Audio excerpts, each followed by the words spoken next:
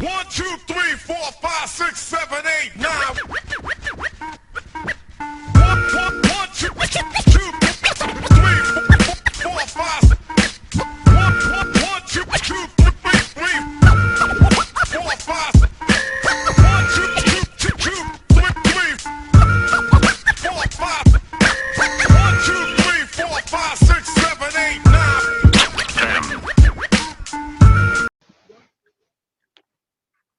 Welcome back to the Racial Draft Podcast. I am your host, Michael Ford, joined by my co-host, Kia. Hey, Kia. You know, my name is Kia Lisi now. Oh, yes, Love I'm that. sorry. I am I joined love by the that. mother of Draftins, Kia Lisi herself, That is right. Queen. That is right. Bow down, bitches. And we're also joined by some illustrious guests from the Latinx delegation, Martine. How's it going, everybody? Buenas noches. What? I said buenas noches, sir, Martin. Buenas noches. And that voice you hear is from the Jewish delegation, Adam. Shalom. Aha. Aha. Shalom.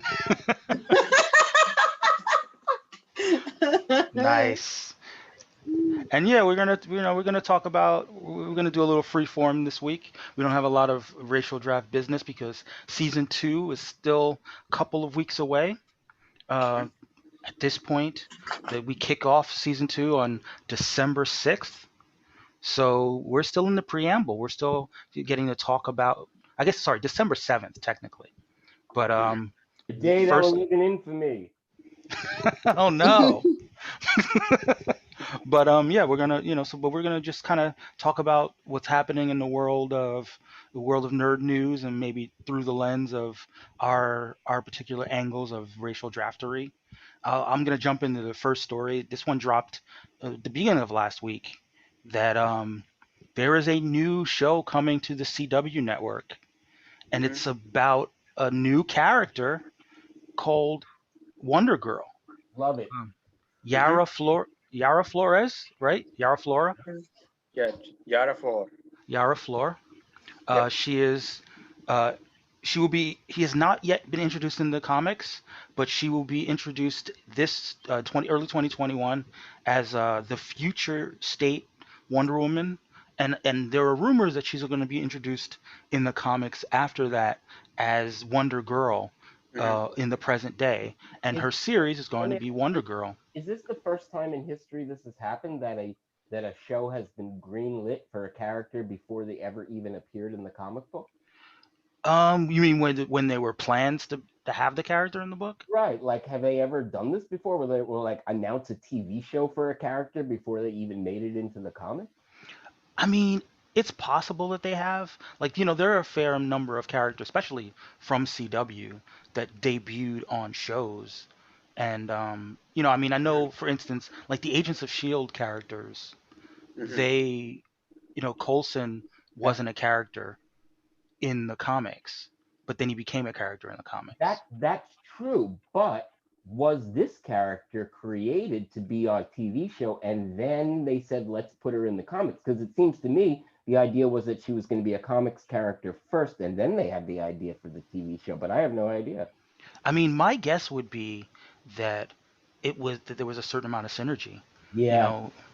My guess would be that they knew that they were thinking about doing something in the Wonder universe, because a lot of people had been asking for a Wonder Woman style show, and maybe they kicked around the idea of doing Cassie Sandsmark, but from a diversity standpoint, they thought, do we need another show about a young blonde white girl?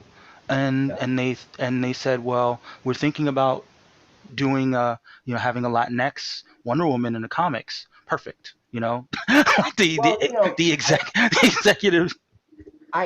It's weird, and I don't want to talk over Martine or Frankie or mother of casting, but Thank you. with the Green Lantern show, and I'm sure you're going to talk about that. I was surprised when they put out the press release for that, because I think a lot of us were expecting, much like this Wonder Girl show, that they would say, "Oh, well, this is going to be about Jessica and Simon, or maybe some other." But when they announced it, it was all like our standard kind of lanterns that we already have, and I thought that was a little bit odd. I thought really we were going to see an announcement pushing those kind of characters to the forefront. So I'm happy about this Wonder Girl show that we're going to get this representation. Hmm. Yeah, see, I'm not, just for the simple fact of like, I get it, like the Wonder Woman like outfit and all, but like, can't they like modernize it now and like maybe Well, give her like an Ivy Park outfit or I was something? kind of I Like, was I was really pissed off at that, but I did not make my feelings known on social media because I know how social media can do.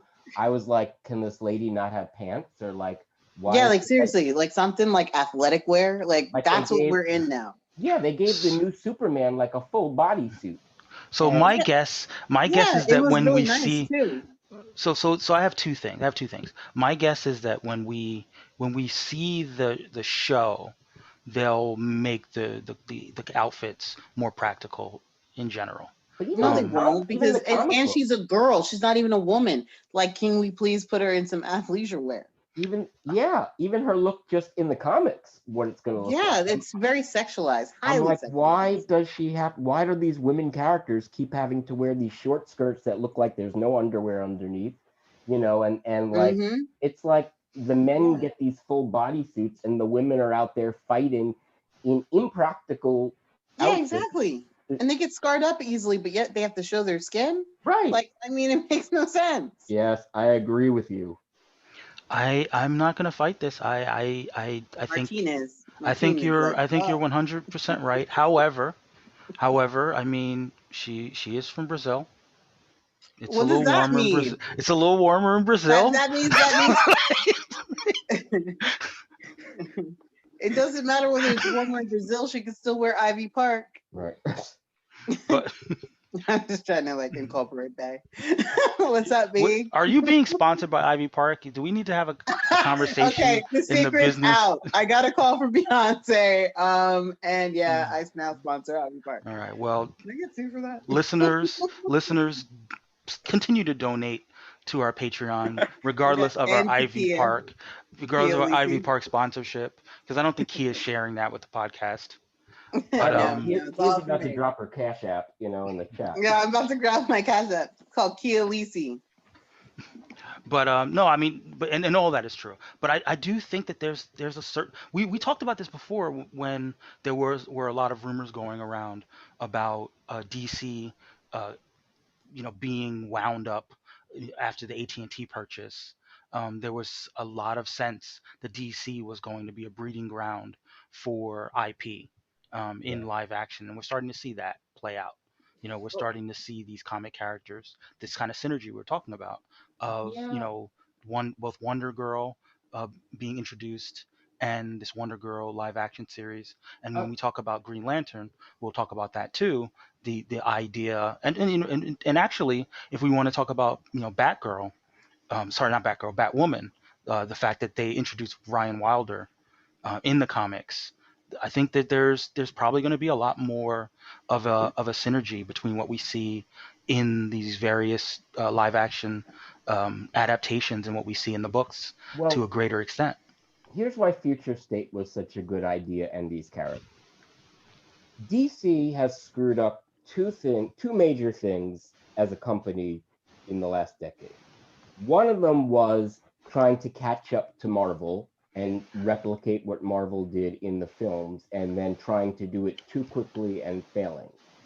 The other thing was in the comic books, they were not able to replicate Marvel in what Marvel did with their new generation of new characters, Right. like Ms. Marvel and Miles and Sam and Viv and Riri and Kate and all of those people. They Hmm. tried to do it with their younger characters. We'll have a Lobo daughter, we'll have this, we'll have these kid lanterns, but it didn't grab hold like they wanted it to. And Naomi didn't grab hold like they thought Naomi would. Hmm. So now they have this fresh slate of these new younger characters to start with that people can jump in from the beginning, that they can get invested with, that they can see on television shows. So what they did, what you were saying with the IP is smart. they're creating essentially a new DC universe.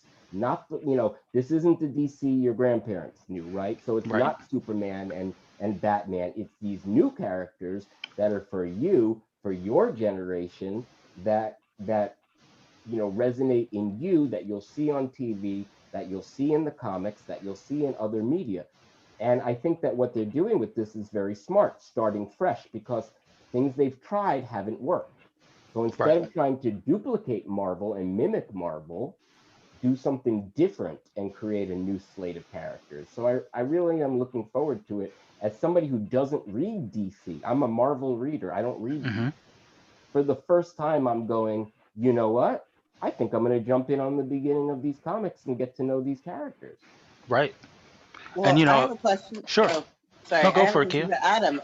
Yeah. What kind of new characters would you like to see that you think that our time needs? Well, I think that we need characters that represent society outside our window. I think we need gender, anywhere on the spectrum of gender in terms of characters and sexuality and race, but also to not make those things what the character is about. Like in society, real people, their gender or their sexuality is not about it. So I just want to see like verisimilitude. I want to see Mhm. a reflection of reality in the characters, ones that people can connect with. And that actually But like, segues what kind of nicely. super? Wait, no, Kia. Let me segue to this other story that broke a Go couple ahead, days ago. segue. There is actually a new character that's going to be added to the Flash mythos, a non-binary Flash That's great. called Kid Quick. We don't know a lot of details about the character. That character is going to be introduced in the comics first, and I believe as part of Future State. Um, It's not hard to do. If you look at Star Trek Discovery, Adira is a great new addition, a great character, a non-binary character, and it works with the show. It's time. We need stuff like this. right, especially anything that involves sort of time travel and the future and societies that are maybe a little bit more advanced than ours. That seems like the perfect place for that kind of gender diversity, if let alone racial and ethnic diversity. But we have If we have to see a future that we're hopeful to get to. right. In movies and television, there has been this real trend over, I would say, maybe the last 20 years, that movies that depict the future are usually dystopian or something like that. Yeah, very And bleak. and I think that we need a future that we can be hopeful for, where it was like Star Trek, right? Hmm. Where we saw a future that represented what we thought we could be, the best of us. And that's what I want to see in these new characters and this new universe that they're creating. Right, I agree. So yeah, I mean, there are, like I said, there's not a lot of details about the Kid Quick character. I don't think we even know who the Kid Quick. Martine, do we know the Kid Quick's character secret identity? Not to my knowledge, no. Okay, so it's going to be a we'll have to stay tuned, as the character uses they them pronouns Mhm. at the moment. Well, but here's the thing. We, with gender, like it says they're non-binary, right? Right. So you can have your preferred pronouns that don't necessarily relate to your specific how you identify in gender. That's true. So could No, be I'm like Star Trek Discovery, Adira is a she, but we know it's also a non-binary character. So I'll be curious to see, and it teaches people, right? hmm Michael, I mean, this is what you say this. Comic books instruct society. So it's not just that these people need to be represented. It's that when people read the comic books, they're learning about how I relate to people like this, or what I should call them, or hmm they're learning from the comic book. Yeah, that's a really good point. I So, think Superman should be non-binary. well, it wouldn't be Superman, right? At that point, it would be It would be just super. Right. super. I don't know. Yeah, Then they, some of the names, some of the superhero names are so gender binary that like Yeah. Yeah. I mean, we can have a Super them. non-binary Green Super Lantern. them. No, you can have super them. No, I mean, you can have a non-binary Green Lantern or Well, non-binary Flash it's because interesting. there's no. Superman is a perfect example of the things that we talk about in the racial draft about how much of about a character changes when you change who they are. And I will see a lot of people saying, "Oh, well, this character doesn't have to be white," or because but then you'll say to that same person, "Okay, so then you're okay with Superman being 5'3" and blonde?"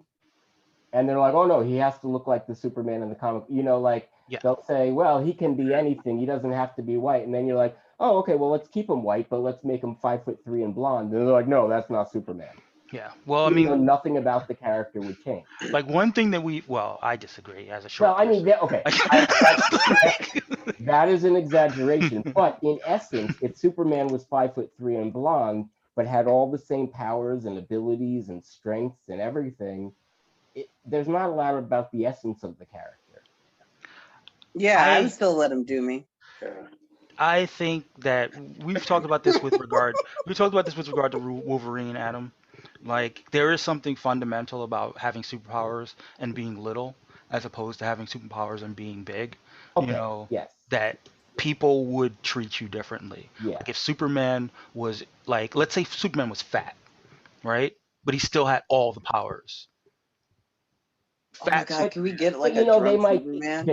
That'd be like awesome, like a you know, drunk Superman that just gave like just let go. the Let thing go of is, himself. I agree. Well, yeah, right. I That'd be think that awesome. with Superman, the advantage he has over Wolverine is you can't f with Superman. So right, if he was 5'3" and blonde, you could tease him all you want, but good luck because he's gonna shoot you with his eye beams. Right, but no, but remember, he'd still have Superman's personality, right? Right, So he's not he just have to we just put up with the abuse. He was sort of right. like He's people's nice. other characters would make snide comments about him. Like if Right, Clark Kent, like the weird thing about Clark Kent is that Clark Kent's still a like 6'5" yoked up farm boy, like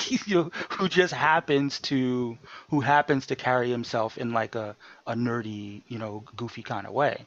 But if he was actually nerdy, I mean, one of the things, we talked about this, like as far as like Marvel fans versus DC fans, like Peter Parker, especially old school Peter Parker, was was the geek that Clark Kent was pretending to be.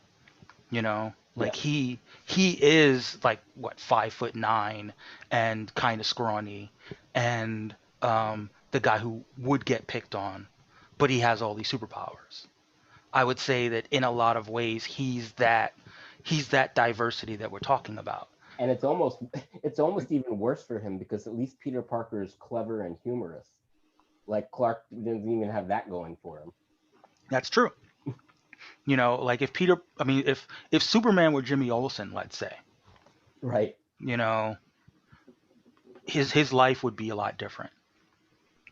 So, but all that being said, that's why it's so important when we're doing the racial draft and we're thinking about kind of reimagining these characters. Think about what things are so essential to the character that shouldn't change, and certain things that if they did change would make the character perhaps better. Yeah. One of the things that I did like about the casting of of Superman as the part of the Latinx delegation is that you do have a lot of white passing Latinx people, you know, Yeah. and for better or worse, right? Sometimes that means that they can absorb privilege and move through the world and not care about people who are, worse off. But it also means that they have access to places that other people of color don't have. Well, that's always we talk right. This always comes up about when people try to spin that Superman was an immigrant. He was a refugee. He was and Mhm. it's almost like they do that as like an ally, and they start talking about these Jewish Mhm. creators create right. And Mhm. I'm Jewish, and I'm like, no, no, no, no, no. Okay, Superman is a gorgeous handsome white man from the heart of America with all the privilege in the world. So Yeah. when you start trying to put this narrative onto Superman, he represents refugees, he represents the no. He's like the most privileged guy in society. And Refugees are still hot. and that's right. And that's what those That's a Jewish sensitive writers were point, doing. kid. They were creating a hero, somebody to stand up for them, somebody they wish they Mhm. could be.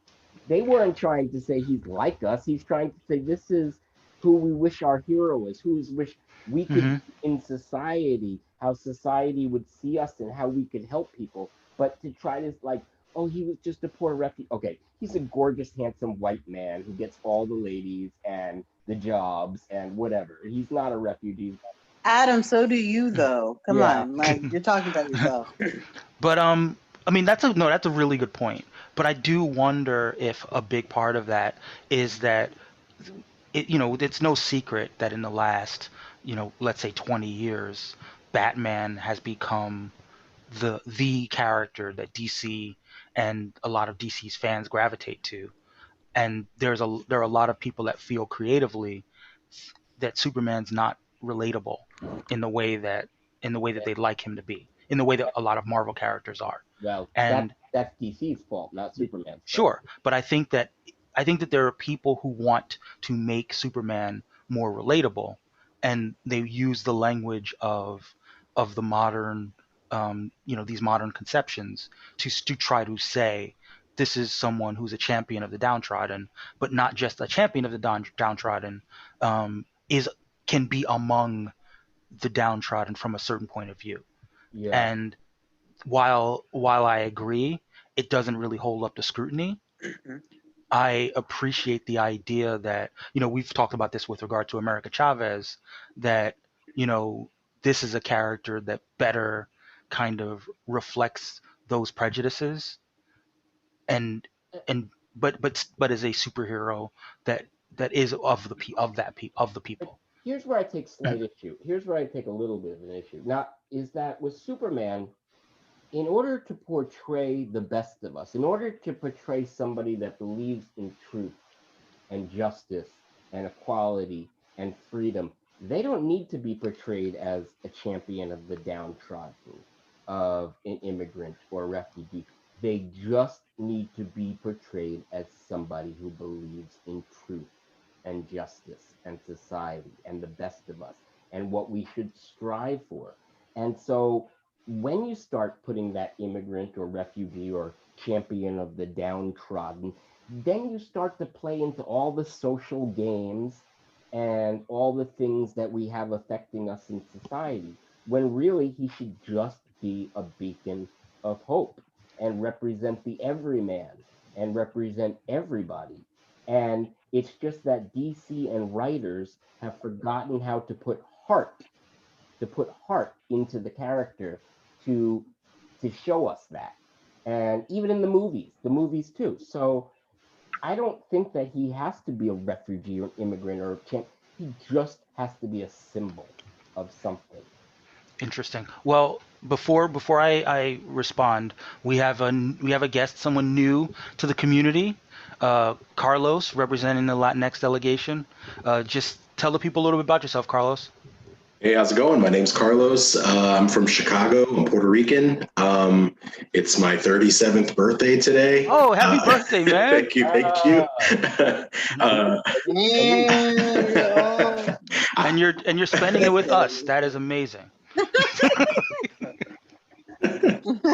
So just to bring you and I'm up here to, for the Latinx. uh, Sing for him. Happy birthday. Go. Start, Mike. Start it off. we don't want to pay royalties for the happy birthday song, so we'll Nobody just. owns that song. They Who own Oh owns that no, song? no, there's a whole thing. There's a whole thing. Yeah.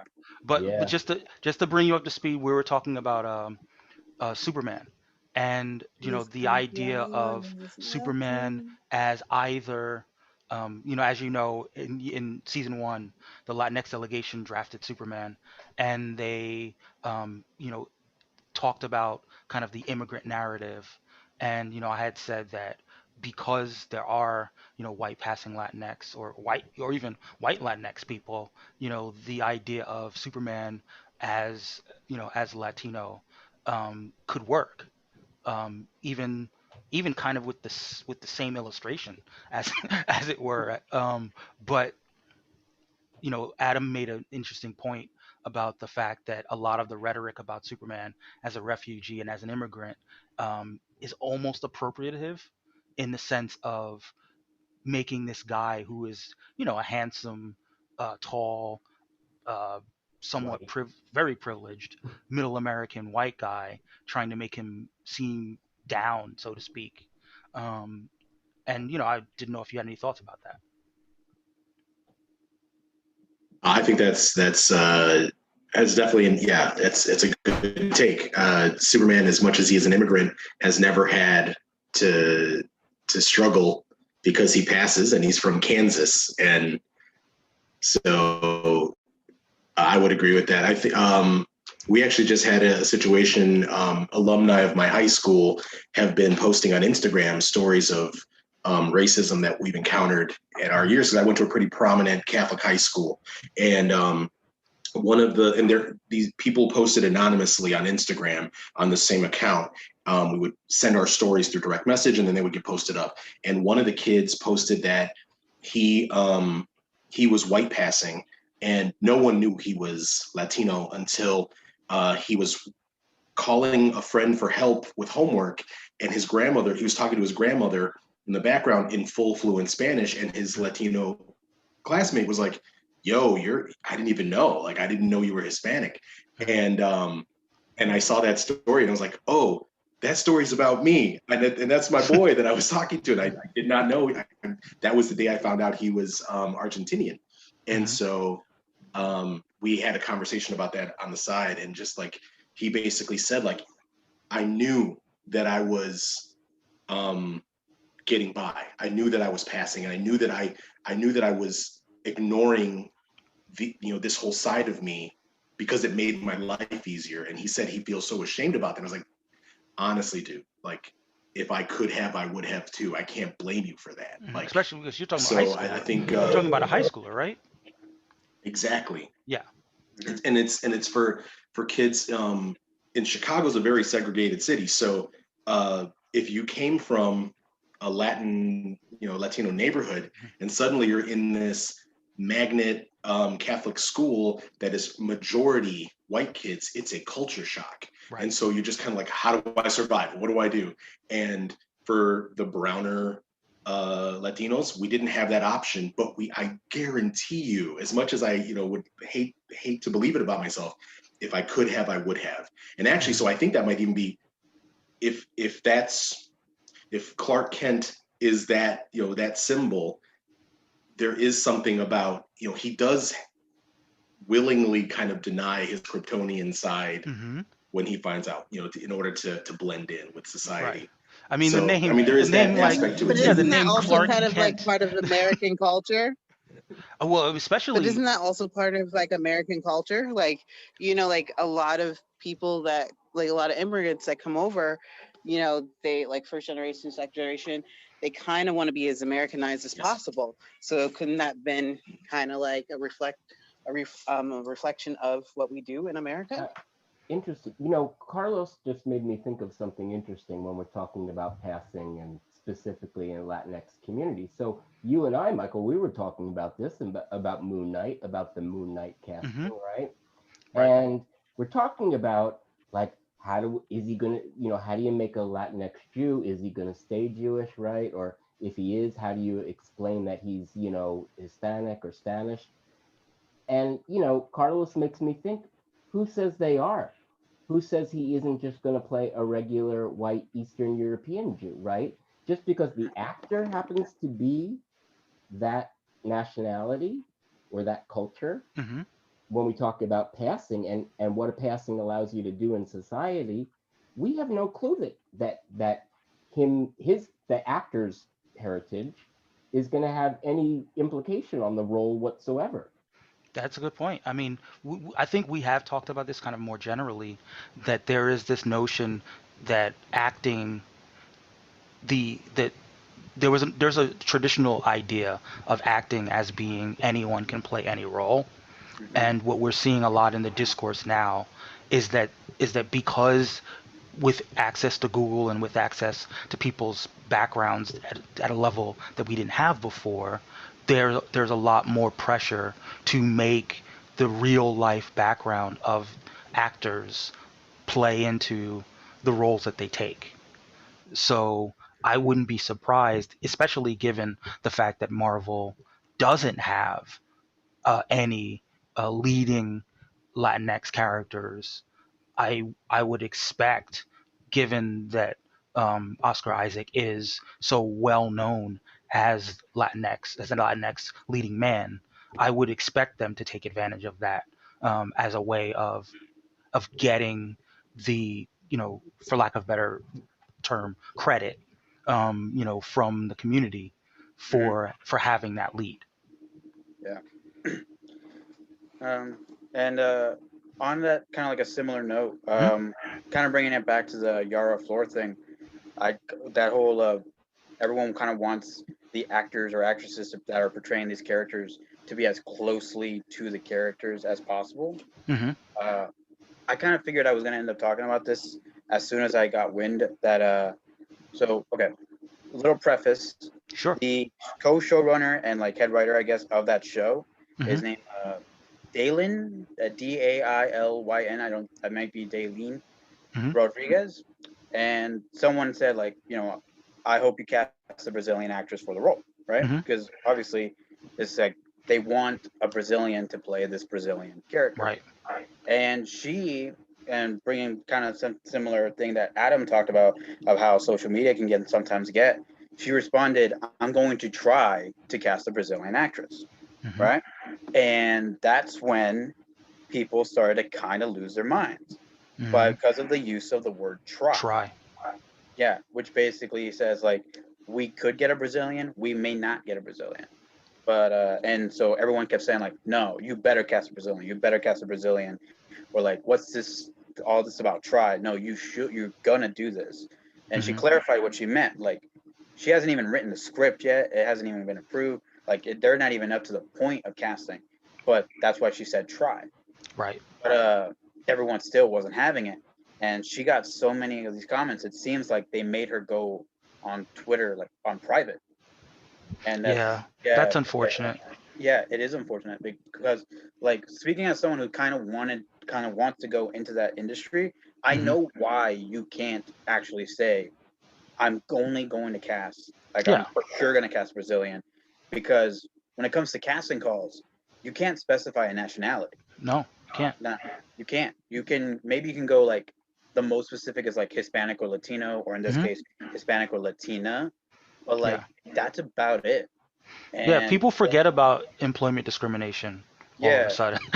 yeah, yeah, it is. Like, Well, I kind of beg to differ. Like, I feel like, we have seen those ads before where they're like, especially when it comes to like African Americans and yeah, African but American women and doing whatever, they get really descriptive. Well, They're they like, do. look, But that's the thing. I mean, They can get descriptive based on physical characteristics. They can get descriptive on skin color. They can get descriptive on like ability to speak a language. They can get descriptive on ability to speak English with a different language. But they and so like with white and black, how those are skin colors and they're also synonymous with race, you can kind of play a little like fast and loose with those rules. But when it comes to someone like a Latinx person or like an Asian person, you're not gonna put yellow. You know, you may put no. brown, but But you that's not could even. say like, I prefer them coming from, descendants of this region. I mean, I wouldn't put it past so the you casting don't directors. hire the New Mutants casting director, basically. Well, yeah, you definitely don't hire that guy. No, because I'm that I'm never gonna let them forget their Roberto da Costa casting. yeah, and how they Oh, whitewash that. They whitewash the character. That is kind of like a thing. So he should have been played by an Afro Latino, Right. but because they specifically wanted okay Brazilian. But here's the thing about Brazil that people Yeah. don't It's realize. like American. It's like like here's the actual numbers for like what Brazil is. It's about 212 million people of like the like in this case for like indigenous Brazilian people. You know how Hmm. much that is? How much percent of that is the population? 0.4%. Yeah, it's I know in South Yeah, a lot America, of it's a slave. the northern Yeah. part, yeah, Colombia, and going down into the rainforest region, yeah, it's very small percentage. It And is a very I small was, I percentage. didn't know that, Martine. I just found that out recently. I was astounded. Yeah.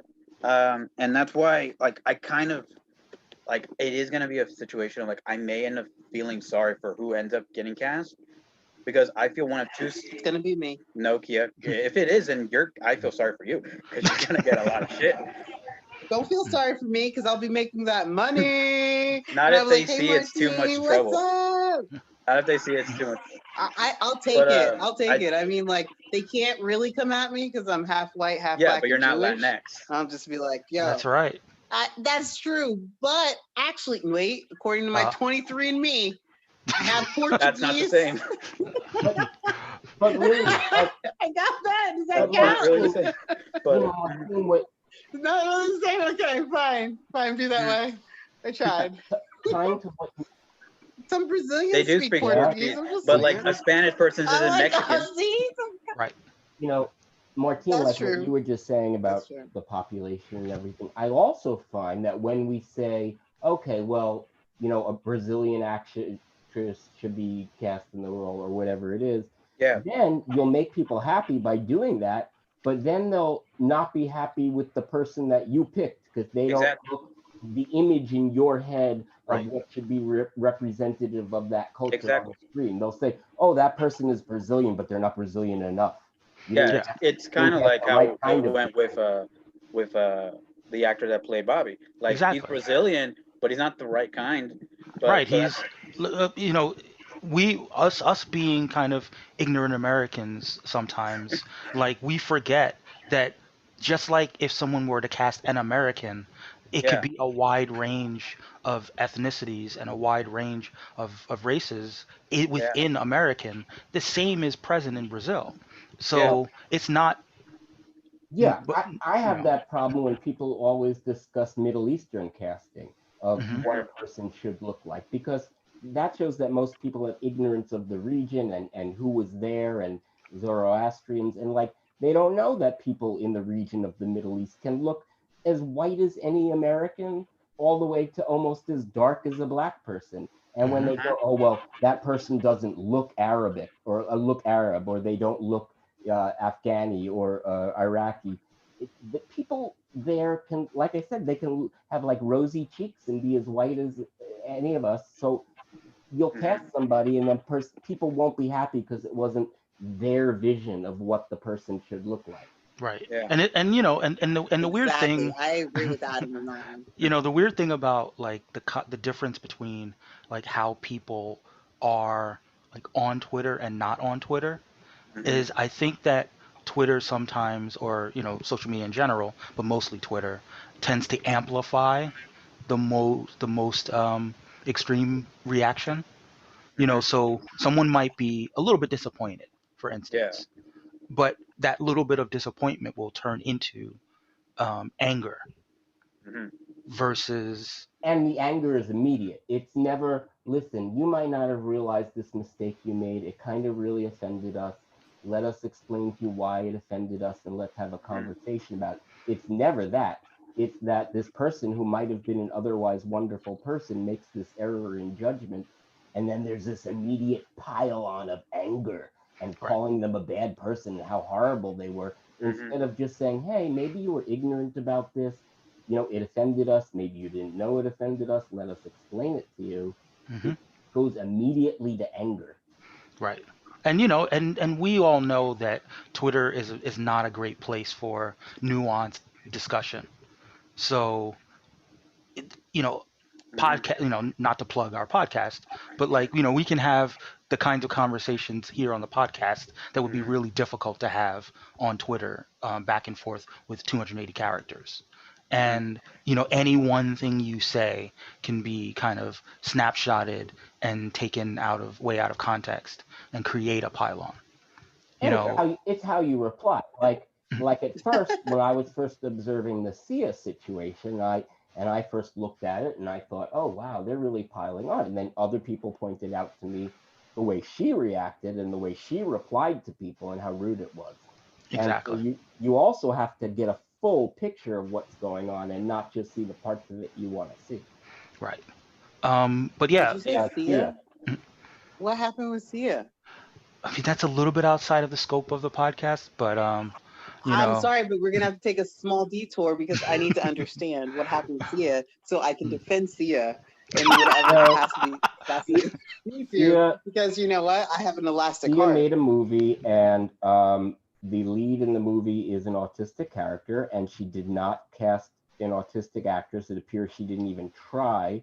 She went with a standard actress that she knows, and she worked on the project with Autism Speaks, which is very controversial. Wait, time out. So you're telling me so she pretty much did a movie version of The Good Doctor that has been on for like 5 seasons and is not, and she's getting rammed for that? Well, no, Oh no, no, hell no, no. no, no, not really, because in this movie, it's also about apparently the way the character is portrayed as being, a person in need of help, but that she also worked with Autism Speaks, which is a very controversial group because of their views on autism and how the autistic community feels about them.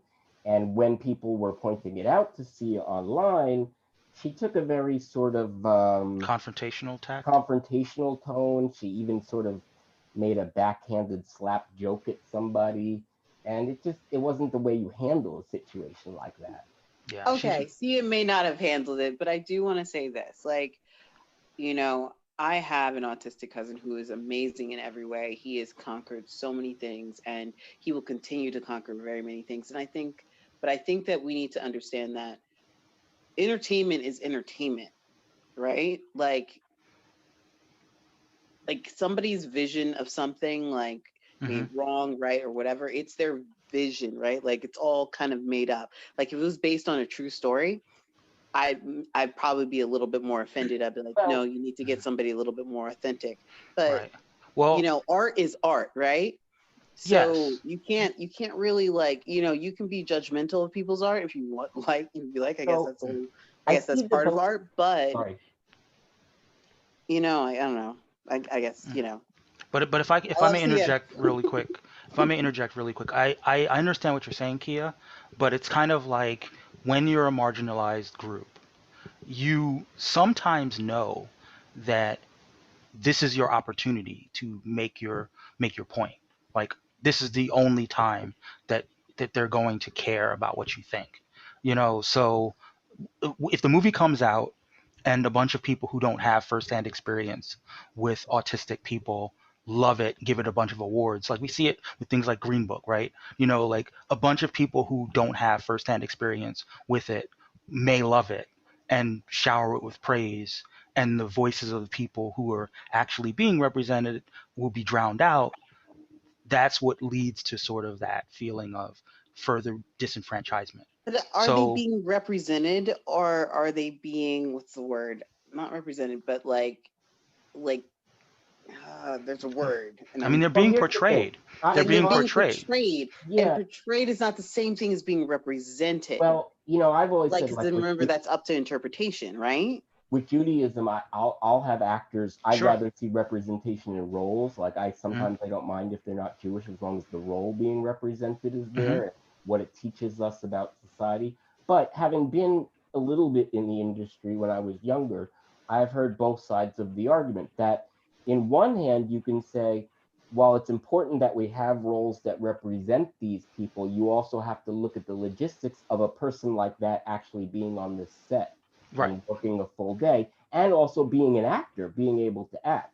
And so you can say, well, you know, we want to portray an autistic character, but an autistic person might not actually be able to be on the set and have cameras in their faces and Yeah, Right. there's too much stimuli but and so forth. Yeah. the flip side of that argument is, well, if you're going to be making money off of us by telling our story, then it should be worth it to you to spend the money to figure out how to have us on the set and use us.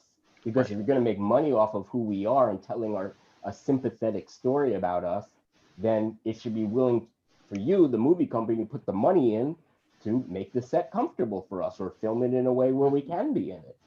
So I've Right. seen both sides of the argument. Yeah. Right. And not to mention that if there are any issues with the portrayal, if there are any things that don't ring true or ring in a somewhat uncomfortable way, it's one thing if the character and the actor are part of that community. It's different when it's not, because then everything's scrutinized. How much, who did you work with? Who are your experts? Who did you consult with, for the story to make sure that it had the right amount of verisimilitude? If you just kind of went with your imagination, then I can understand why someone would say, yeah, but that imagination might be based on, internal But prejudices that you have. yeah, but did she go on her imagination, or like I kind of feel like nowadays, like a lot of actors work with certain people in order to mimic their styles, in order to Mhm. mimic who they are, and bring that to the set and bring that to the movie. So like unless like this is just like a I don't know who played in what or whatever the case may Right. be, but isn't that kind of not what they do anymore? Like I could see that back in But the that's day. where but Yeah, that's people where the just whole kind of controversy about working with autism speaks comes to play and looms a little larger. If it was a group that the autistic community felt more positively about, then their endorsement and the people that they consulted with from that group, they Well, they the I would imagine that the criticism would be more tempered in I that think in respect. this case, the movie is about, the central movie is about a character with autism. So in this case, the character actor probably should have been somebody that was autistic. You have to look at also how central to the story is that thing about the character, right? Like I don't think a blind person had to play Al Pacino's role in Scent of a Woman, right? Because the movie itself wasn't necessarily specifically about his blindness, and he pulled it off well. But if your story is about that thing, then it might be more applicable to have that a person of that It might be, category. yeah, it might be. But I was going it back might to be, but it also might be detrimental to that person who you have playing that role. I mean, you right. know, But that's they're gonna that have to again. react to That's certain that's things why that it's so really might important, actually set them off. Go right? ahead. That's why What it's were so you saying? important to have those people on hand, right? That's those groups on hand that you trust, because they can better tell you whether that's the case or not. And And again, it, listen, I haven't been as immersed in the facts of this story as others have, so I can't really get into the weeds on it. it also Um, has to do with actors, Michael, because we don't have trained actors anymore, right? Acting is a craft, and that's why the actors that come over from overseas are usually better. Whereas for the last 30 years in America, acting has become people that want to move to California and audition for stuff. So if you take acting as a craft seriously and look of what is the craft of acting, why do you go many years to learn it? It's so that these people in society are specifically trained and have the training to be able to portray other people so that we as a society can learn something from the story that they are giving us. mhm. But because we no longer look at it as a craft anymore, that these are the people in society that are specifically trained to do this for many years, to learn how to authentically give us the experience of watching somebody. But we have many actors these days who try to mimic things, who try to imitate things instead of actually trying to learn the thing. And That's a fair point. that's a problem. That's true. Yeah. So let's table that discussion because it could take us to a whole bunch of different places, and let's jump back into a You little know bit we more love of. tangents. That's true. So Martine would probably like this next topic. We're going to talk a little bit Green Lantern. We got a little bit more in the realm of details about this HBO Max Green Lantern series that's going to be taking place. There's going to be a 1980 storyline with let's see if I can, with Alan Scott, I believe. Now, No, Guy sorry, and Guy Gordon. Gardner. Guy Yeah, I Gardner. think I think they're gonna be doing the best Green Lantern, right? mm, Like I think the Alan Scott story seems like it might be like happy, like they might jump back and forth, that his story Yes, might be Mhm. told earlier. right there. So the 1980 story is going to involve Guy Gardner and a new character named Bree Jarda. Bree Jarda, who is a black woman who was Right. half alien.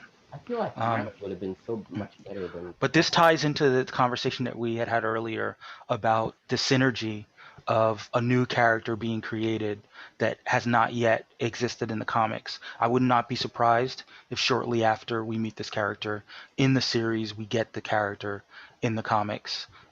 So I'm eager to see what they're looking for in terms of casting and in terms of what they're looking for in terms of characterization. There's also going to be, like people said, a 1940s storyline involving, excuse me, Alan Scott as a closeted gay man in a time Mhm. where that was probably how most gay men conducted their business.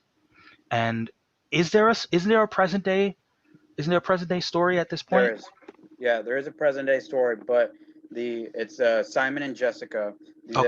That is like the kind of like the character kind of like descriptions and stuff of Hmm. like what they're going to be doing. They haven't released Simon and Jessica just yet. They've only released for Alan, Guy, and Brie. Now Gotcha. that could be that they're trying to still figure out what they're going to do, or they're trying to figure out how to describe what their story's going to be. Hmm. But yeah, does but yeah, there is going to be a present day story with those two. Martine, just as Mhm. a question, I mean, what you would have liked to see, would you have rather seen Kyle or would you have rather seen Guy? Well, uh, if those were my two options, whether I could see Kyle or I could see Guy, I'd rather see Kyle. But I'd rather see like Guy and Kyle, because like they've been partners before. They're arguably each other's best friends. Like Hmm. and like Yeah. so like I would have been like I mean, appreciative I of that. definitely think based on what I picked up, I think there's going to be kind of like a buddy cop element There is, with Guy and Bree. yeah. A black woman and a rough around the edges kind of blue collar white guy. Hmm. In the 1980s, the sort of high point of your like Lethal Weapon buddy cop era. Like I would Yeah. not be surprised if that's the vibe that they were going for Hmm. with the period piece. So Yep. it's to that extent, I think if it was a story set kind of in the era that we met Kyle in like In the 90s, yeah. the mid 90s, and who knows, maybe in season 2 that's the plan. That these are going to be sort of period pieces set in different decades and have Hmm. different lanterns for different decades. I could definitely see why Kyle, I'm sorry, Kyle, why Guy is a good fit for a 1980s story, and why, especially if they're doing Simon and Jessica in the Yeah. present day, why they maybe are quite a good fit, given what we just came out of Hmm. for the last 4 years, the different immigrant and ethnic groups that were subject to what they've been subject to. Yeah. um, One thing that's always going to be an interesting question now Hmm. is the whole concept of the Green Lantern as quote unquote space police. Yeah. Um, Given that all cops are bad, Hmm. it's like how are we going to portray intergalactic law enforcement in our new era where we are very interested in critiquing the narratives and wanting to not fall into the traps of Glorification. propaganda. Yeah. A glorification of them. Yeah. Right. Do you have any ideas about like the way that you might approach it? I have no freaking clue, dude. I mean, uh, uh, it's but like, because, I'm sorry, go ahead, Martine, I'm sorry. oh no, like you can go. No, no. Actually, Carlos, are you still Oh, with us? We might have lost Carlos for a little bit. Hopefully, he comes back. Oh. Um, I was saying, like, you just have to focus on them sort of being like the upholders of law and justice Mm. rather than we're here to arrest you. It's still we're here to protect you from the bad guys. Like, we're still the good guys. We're Mm. still here for law and order. And like you were saying, it it should be a lesson to cops, right? Don't mhm. worry about how cops are right now in our actual society. Mm. Don't even worry about that. Just show the Green Lanterns to be good, to be Right. upholders of law and justice, and let Mhm. that be a lesson for the cops. Yeah. Let Yeah. it be aspirational rather than reflective. Hopefully, fingers crossed, because as we've already said, social media can be brutal when it comes to, and the blogosphere when it comes to their critiques. That's like an understatement. And they're still working with Berlanti Productions. Mhm. And speaking of Berlanti Productions, there was also news from that world. Uh, Our the Black Lightning television show. Kia, do you watch Black Lightning? We lost Kia. No, Okay, fair enough. I don't I don't Well, believe in Black Lightning I don't either. unless it's in no. bed. Oh, Oh, that was. AKA Little Alert. But well, so Woo! Black Lightning is ending after 4 seasons. We had previously, maybe we hadn't talked about it on the podcast, but they're planning to spin off Black Lightning. One of the characters from the show yeah. is going to have his Black own Lightning show. did a spin for me when I was in that club for dollars. But there was some consternation about it. I'm of mixed. I have mixed feelings about it, given that a I lot wish of you were people mixed. didn't really know where Black Lightning fit in the overall I universe. know where he fits. But I, the only thing I would say the biggest disappointment for me is that I watched the CW shows, and Black Lightning was always kind of off in its own world, and they recently did their kind of Crisis on Infinite Earths event, which was meant to Mhm. bring everything into the same universe, and I wanted to see how the storytelling would go if they had access to crossovers, if there was more opportunity to see the characters interacting with the characters from the other shows, I'll tell particularly you what with the new shows. I can tell you what hurt Black Lightning, but you're not going to like it because I'm going to be honest. Uh-oh. What hurt Black Lightning is from the very beginning, it sort of, because it was introduced at a certain time period, it became the Black Show. Okay. And so right off the bat, there was Wait, a Black lot of, Lightning was black this whole time? right, I know, go figure, right? But I think a lot of people simply didn't watch it because they said, "Oh, that's the superhero show for the black people," and um and I can buy that. I think it hurt that it doesn't show in the ratings completely, but Well, it is the lowest rated of the I CW don't think they superhero ever shows. got that migration of audience from the other CW shows like they all do. Like, if you watched Right. Arrow, you watch Flash, that leads to Supergirl. There's a crossover in audience. Yeah. I don't think But that but I Black but that but I agree with that to a certain extent. But I also think that even while it was being the black show, it was also the separate but equal show, right? It was also Was the it though? show. Because they really didn't like add other characters. Like I know like Arrow does like a cross like thing with Yeah. like Superman or like Right. like they Well, like that's they what like that's what I was switch it trying to up get where at. That's what I was trying to get at, where all these other shows kind of spun out from another show, and you had cross pollination it's weird that Black of Lightning wasn't different. pollinating things. Yeah, you know, like it was only in this most recent crossover that you had Black Lightning, and he had to come from a whole different universe. Even with Supergirl, even though she was in her own universe, they very quickly, I think in her first season, they had the Flash run into her universe and had interacting and had have good chemistry, and they let people who were fans of one show gave them permission to watch this other show. had And they this is what the CW superhero shows did all the time, and they Yeah. really never did it with Black Lightning. right, They never had Yeah, any of the Black what's up Lightning with that? Like characters. they didn't I have like a agree. white person just like or I mean the Flash Hmm. run in and say, "Hey, what's up? Let me help you out."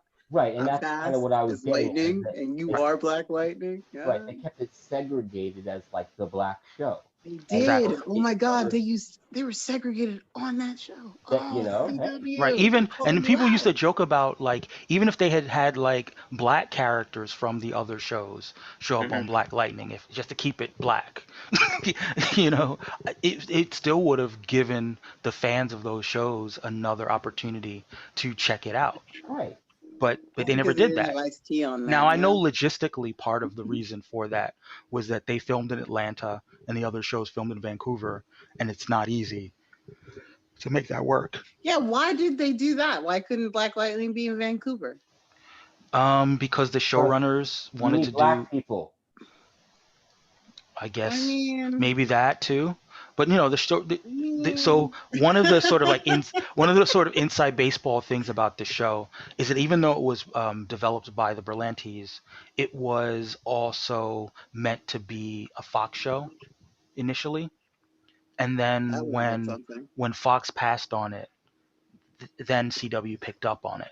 So they already had their setup, they already had their budgets, and they already had their sites for filming in Which is Atlanta. obviously lower than the budgets for all the other No, shows. actually, it's the opposite is true. Like Vancouver has this, they've been doing low budget sci-fi stuff for, for decades at this point. And and one of the reasons that the CW shows are what they are is because they can do it on the cheap. And, I Wait, so wouldn't be so. are you saying Black Lightning had more money invested into their show than the other CW shows? I am saying that that is probably the case, yes. Well, So the you think taxes. that the Black Lightning actors Look, I'm sure the got tax. paid more than the other actors of the Oh, CW no, no, show? no, I'm not saying that. No, no, no, I'm not saying that. I'm sure the Okay. tax I was just breaks. double checking. No, The I'm tax, just saying that the show was probably a little bit more expensive to produce yeah, because the it was. tax breaks here are great for in Atlanta for filming. So I'm sure they did very well. But yeah, I'm sure Vancouver would be a lot easier. But my feelings, Michael, were that Mhm. had they not pre-announced the Superman show, that I would have just gone RIP to the whole CW universe and moved everything to either the Stargirl universe or whatever they're going to do on HBO Max. I think them announcing that Superman show is our only tether that we have to keep the CW universe going. Right, and we can get into it if you want, but there are a lot of logistical reasons why Warner Brothers is fine having its like low grade CW shows that it can make on the cheap, and when it really wants to spend money, it spends it on the thing that it owns outright and has on HBO Max.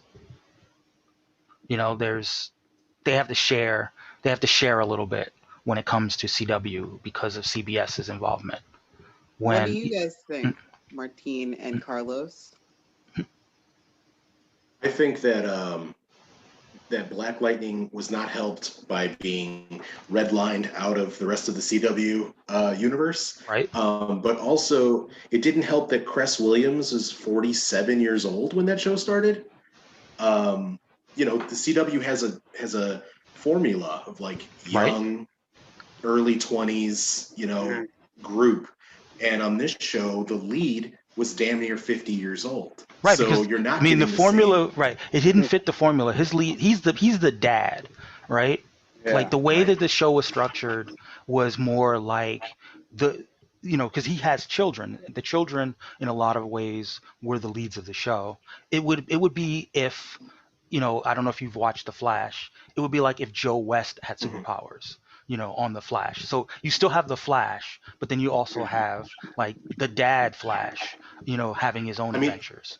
And if this series was Batman and Batman's 50, and then it's really about the Robins and yeah, Batgirl, that's different because Batman is a known quantity, right. a Known worldwide IP, brand. exactly. Black Lightning, like I knew Black Lightning going into it from the old Sinbad SNL sketch when the Death of Superman, where Sinbad is like, and I'm Black Lightning, and it was like, Yeah.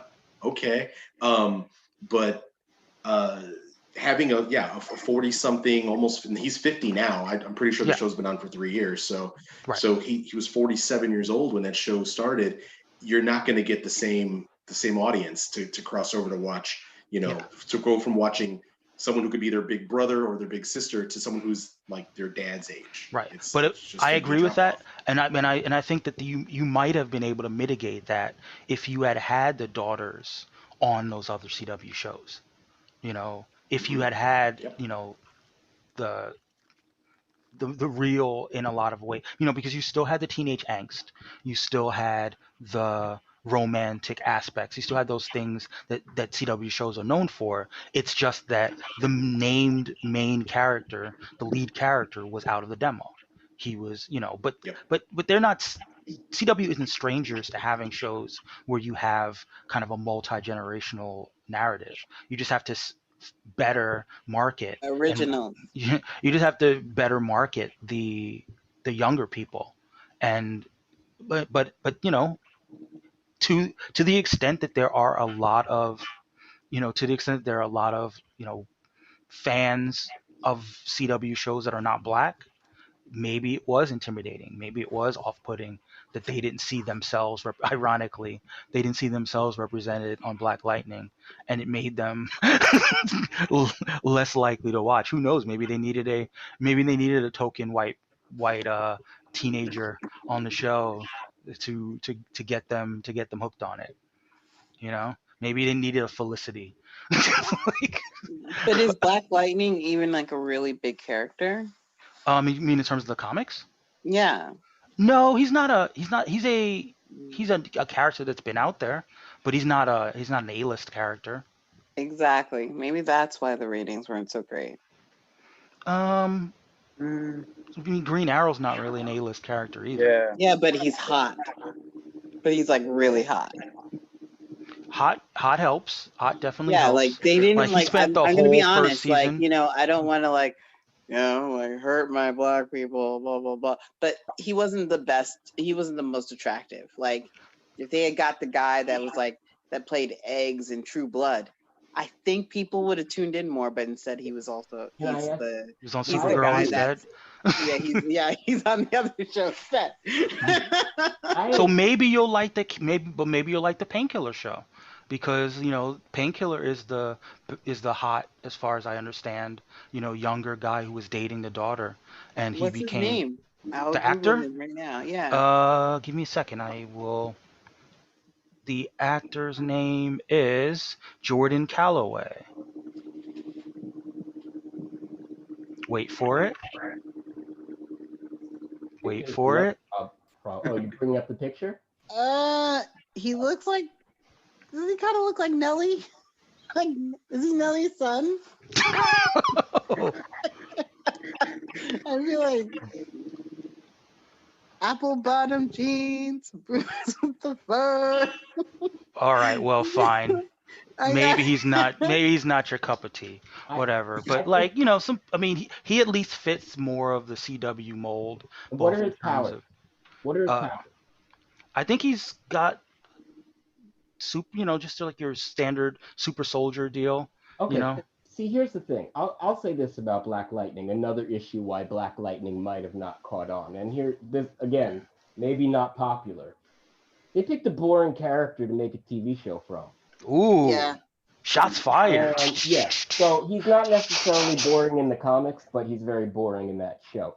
In that, if you inherent in a superhero show are the superheroics, and people want to see spectacle and people want to see interesting things, and I'm not so sure if even when that show began, right? Because you have to get into the show. Like, is it so interesting? Like the super part of Tell the him, show? Adam. Tell him. Well, but here's what I have to ask then. Here's what I have to ask. Everybody's fave, Static, has electricity powers too. Yeah, but Static has the personality of a more interesting person. Not that he has the personality of Peter Parker. I'm not saying that. But what I'm saying is that you get an infinitely more interesting character right off the bat than this sort of principal dad kind of grown up, mature, Yeah. No, I get that, and like I said before, that was one of the things that was hindering the show. But I think that it was more about the fact that they wanted to, in order to fit the CW mold, it was really about the daughters. But nobody knows who the daughters are. The daughters have zero profile. Black Lightning is at least a character that people know about. But it took a little while to get to the daughters. That's the thing.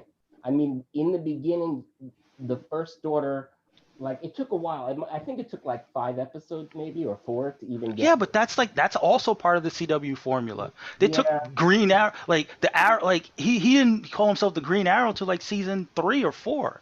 You yeah, know, like but you had True. some That is investment true. in that, and that you kind of knew what he was gonna be. Whereas these characters were so new in Black Lightning that you really had to stick with the show for a little while for it to yes, get interesting. I agree And with that. I Yeah. know that in the beginning, when I first tried to watch it, I bowed out. I bowed out after like the fourth or fifth episode because I was like, nothing's going on in this show. Well, I know that a lot of people. I know that there were a lot of black people who were really hyped about the show in the beginning, and then they kind of fell off. You know, in terms of the they felt like the writing failed it in season 2. That it kind of got tropey, and it probably did. A lot of CW shows get tropey. Um, but and if we're being honest, they didn't have the most charismatic cast. I would say that probably the most charismatic actor on the show was the guy who played Tobias Whale. And you can only do but so much when your villain is your best, is your best character. Yeah, Cress is fine. He suffers from a little bit of Mike Coulterism. yeah, perfect Like example. some of the same issues that I had with Luke Cage, I have with Cress Williams' A little portrayal of sad, Black Lightning. a little depressed, a little sad. Yeah, I'm really bored with talking about Black Lightning when it's not talking about like a sex toy. So let's talk about something else. Real quick, just also the costume was not helping on that show. Black Lightning's costume, even like the new improved ones, like this still looks really corny, especially compared to like Agreed. Arrow and Flash. Like I was like, what is Yeah. this? Yeah, I don't know. No, it's true. It's true. Yeah, maybe it needed to lean into a little bit more camp. Does he even have lightning power or like what He has does he electricity do? powers. Yeah. He generates electricity and he Like shoots the it. only thing I think I watched one episode and like he had some electricity and then like afterwards he like acted like a little bitch, like he couldn't like stand. I was like, what the fuck is this? That's not a superhero. That's like a weak motherfucker. Like Wow. Wow, I'm just saying he's that's what I bringing the thought. heat. I did. Let's stop talking about the not sex toy and let's talk about something else. All right, so we're going to transition from Black Lightning to Black Panther. There was a little Can't bit say of anything bad about him. He passed away. yes. So Black Panther 2, there are some news that came out this week that they will be beginning production in July. Wait, Now, who's gonna be playing him? Whoa, time out. Like, is this just gonna be Black Panther 2, but he never shows himself? um, And this well, this and is and there you have it. Like is I was trying to like not go there, but it's the problem I have with this story is that Chadwick Boseman just recently passed away, and Mhm. and you can't talk about Black Panther 2 without the question of what are they going to do with T'Challa's character and with Chadwick Boseman, They better and find a lookalike. it feels unseemly to have this discussion right now. it's so It difficult because he was that character, but then you also have to think, what would Chadwick have wanted? And I kind of Chadwick would have wanted everybody to mourn for a very long time, and nobody gets paid the same amount of money that he's getting paid. I know Chadwick. I know that's not what he would have wanted.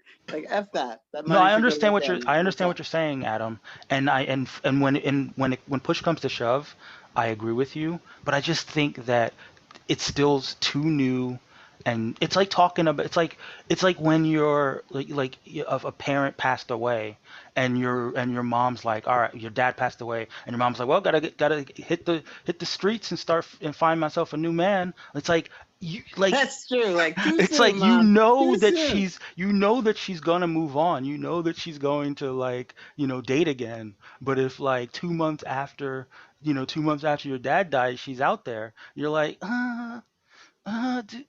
can we just wait a little bit longer? Like, That's you so know true. Like that is so like true. and the thing is, Disrespectful. since we know that they're not even like so one of the things that came out is they're gonna film for 6 months. So they're starting in July and they're gonna film for 6 months, which means they're not even gonna be done with the movie, principal photography on the movie until 2022. So we're almost, we're over a year off from this movie being a thing, and we're spending a lot of time and energy fighting about what should happen with regard to Chadwick Boseman's legacy.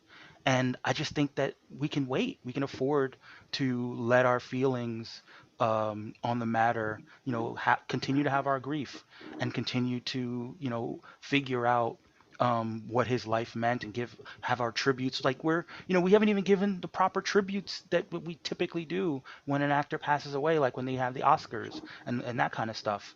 We haven't had Hmm. our in memory of Chadwick Boseman because we hadn't even had a Marvel thing out yet. You know, so while I have my own ideas about the direction that they should take the franchise, I know that anything you say right now, it's people are very passionate on different perspectives. I don't even think they've written the movie yet. I think that from last we heard, um, what's his name? Um, Ryan Coogler was still dealing with the grief. I understand that the way that the business works is that you have to reserve the studio space, so these things leak out way ahead of time. It's October. I'm sorry, it's November. July is 8 months from now, but we know about it now, and that means that people are going to be talking about it for the next eight months. But I wish we'd just kind of, you know, scale it back a little bit. But I agree that with being said, we do have a casting for the movie and an actual person that we know is going to be in the movie, and I think that is a good thing that we can kind of play around with and speculate on. who's that. Now I don't know this actor. Maybe you guys are aware of him. Say Tenoch his name. Huerta. What? What? Yeah, his He's from his Narcos. yeah, he's You from just call Narcos. me a Is he bitch? really? Okay. Yeah, he's from Narcos Mexico, which I haven't watched yet. It's Um, great. is he what would you say? How would you describe him as an actor? Uh, How do you spell that? it's Tenoch H. is his Yeah. first name. Who Yeah, who are Enoch. Hispanic Black Panther villains? there aren't any. Oh, So perhaps we're gonna get a race bend, and we at the Racial Draft Podcast are big fans of race bending. Mhm. Um, I don't because I don't know the actor's work. I don't have an idea of exactly who would fit the kinds of roles he plays. But I'm open to some suggestions if we want to kind of ban some about. I am not versed in the Black Panther rogues gallery. Tanakwa? I don't think he has a great rogue gallery. I'll just put it out there. I think that it probably is a good idea to bring in characters from the wider Marvel universe, and especially because they didn't say he was going to be playing the main villain. They said he was going to be playing a villain, Yeah. so that you know that Yeah. that opens up a lot of different opportunities. There is a character that I had looked up who is not um, who is not Mexican or Latinx. Um, he's traditionally Ethiopian, but he has a power set that I think could work um, fighting whichever direction they decide to go with. There's a character named Moses Magnum, Okay. and Oh yeah, he has yeah. I know who you. seismic Yep. slash vibrational powers. I know exactly who you mean. You know, Okay. I think that he's a good kind of middle tier villain.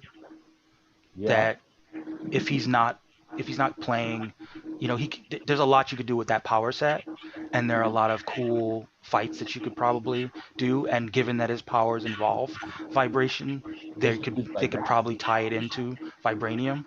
They should use Vibraxis in the movie. Well, again, that opens up the question of like who is if we think that Shuri's going to play a big role in this movie, then we probably have to spend a lot of time in leveling Shuri up so that, she can have the physicality that we traditionally associate with the Black Panther. As much as we like Shuri in Black Panther 1, she wasn't known for her physical prowess, and that would be something that we'd have to incorporate, I think. So I would hold off on introducing yet another member of the of the sort of Black Panther entourage. Yeah. But who knows? Maybe there's room for him. I would, if we're going to introduce any extended figures, I one character that has been kind of talked about and bandied about is the character, the White Wolf, who's, T'Challa's like half brother who's white. Like, Oh, right. um, but is That's a somewhat little on the nose. but somewhat untrustworthy. Or Casper Cole. He is a wolf. Casper Hmm? Cole. Casper Cole? That's one of the white tigers. That's the black Jewish white tiger. Yeah.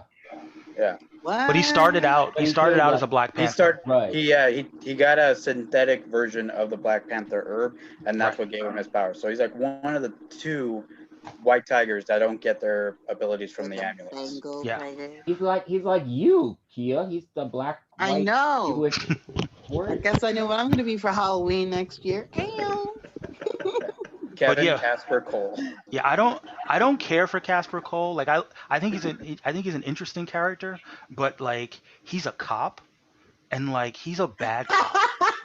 Wow, it ends there. Mike does not like cops. He's a bad cop. No, I mean his whole deal is that he steals from criminals to pay his his girlfriend that he's not making enough money, so he's trying to do shady stuff, and he just happens upon Black Panther gear and decides, oh, this will better help me steal from So you're- criminals. So you're And mad he- at a man for stealing from criminals in order to make his life better? Yes. when you're a cop. I mean, I mean, the Kinda first messed up. Black Panther movie involves someone named the Black Panther trusting a CIA agent. So I don't know why, Black Panther 2 couldn't involve a crooked cop With a heart who we of see in gold. a good A, light. a, Yeah, a exactly. crooked cop with a heart of gold. It could be just as tone deaf but as at the first least one. no, at least they mocked the white CIA agent in Yeah. Black Panther 1. At least he was played for Yeah. comic relief, like and again, I hate that character in the books. I hate K. Everett Ross in the books. So the fact that they made him they cast Martin Freeman, who's like super likable and everything. He's like our second favorite Martin in the world. The first. I'm sure, clearly. Yeah, obviously. it helped that they created the most likable CIA agent that we probably ever had in cinema. So I My get wife that. made the observation, we were watching Black Panther actually a couple days ago. She made the observation that Martin Freeman is doing a Jason Bateman impression in that movie. Like if you go back and listen to the cadence in which he's speaking with an American accent, his American is Jason Bateman. You know what's funny? I believe that if I recall, I believe that Christopher Priest did base what's his name, Everett Ross, on Jason Bateman. Don't quote me on that, but I feel like that's right. I don't know, but I could listen. I like Jason Bateman as an actor, but if Jason Bateman was playing Martin Freeman, he'd be a dick. He'd be an unlikable dick, and the energy would be totally different. So, yeah, I mean, who knows? I know a lot of people were saying mostly because they want to see Namor in Black Panther 2. They were saying maybe he'll play Mexican Namor, and I'm like, maybe, like, on behalf of the Latinx delegation, Sell me on Mexican Namor.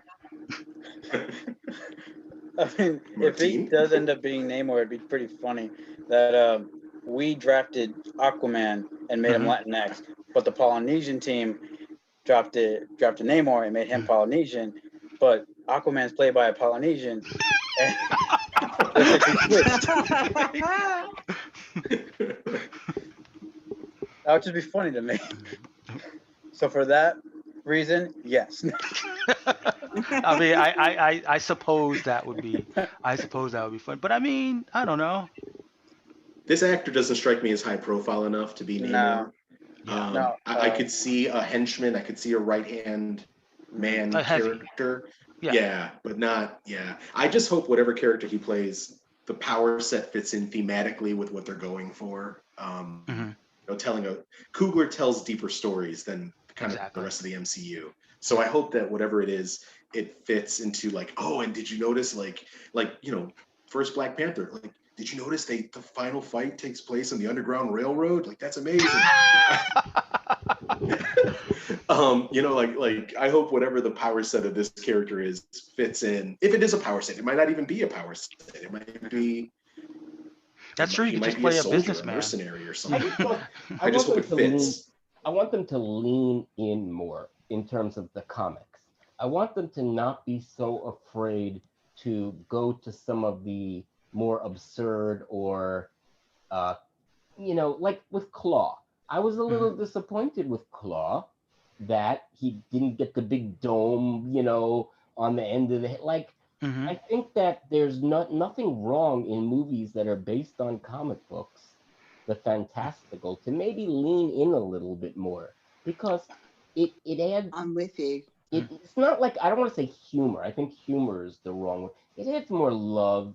It adds more Yeah. joy to the movie when things are a little odd or more creative or more absurd. I agree with that, but I also think that sometimes there's like a leveling up in the sense of, you introduce the world, introduce the characters, you get everyone kind of used to where everyone stands, and then in part two, you escalate.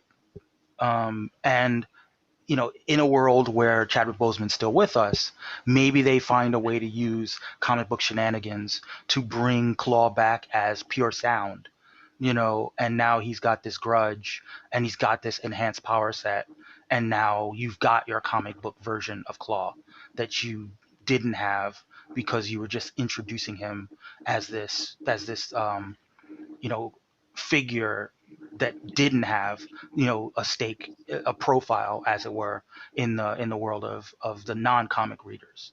Because that's the thing about, I think, more than any other MCU movie, you had a lot of first-time viewers who were just jumping in and wanted to be a part Yeah, of this MCU thing that's and wanted to support this black superhero movie.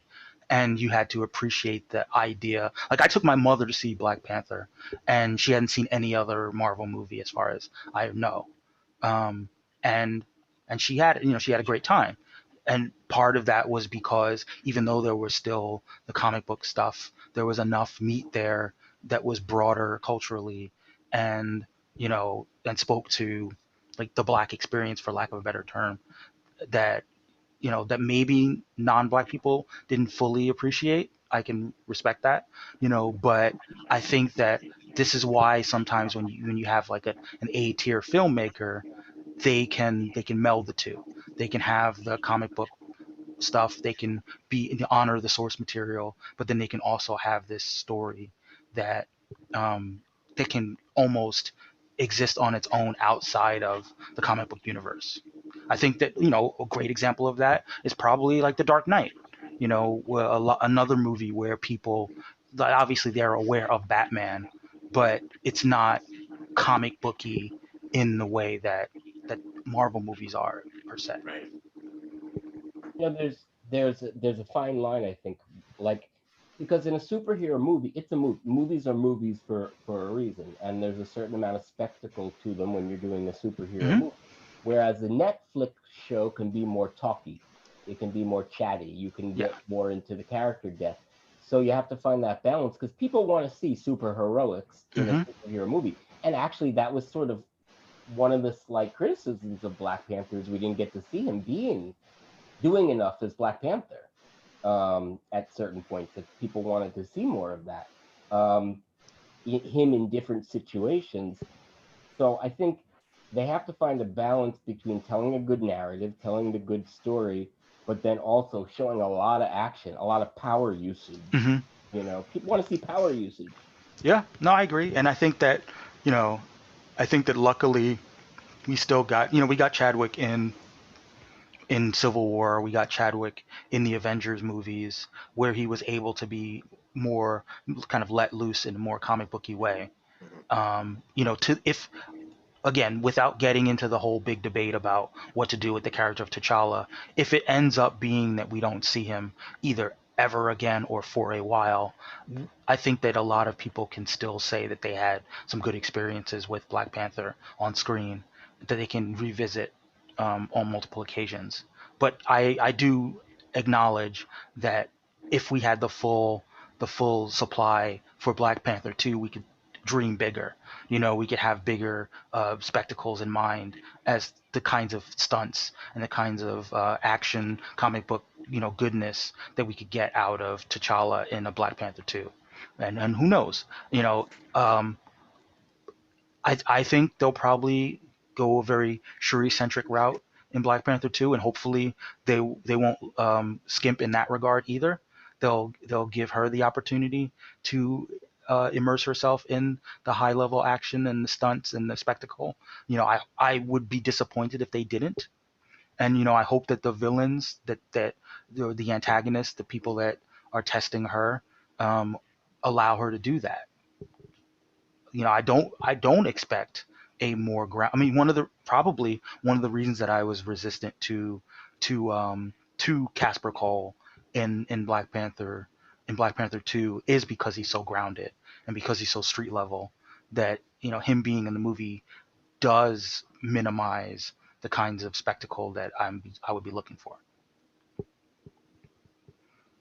Kia, do you have any thoughts about that? Next topic.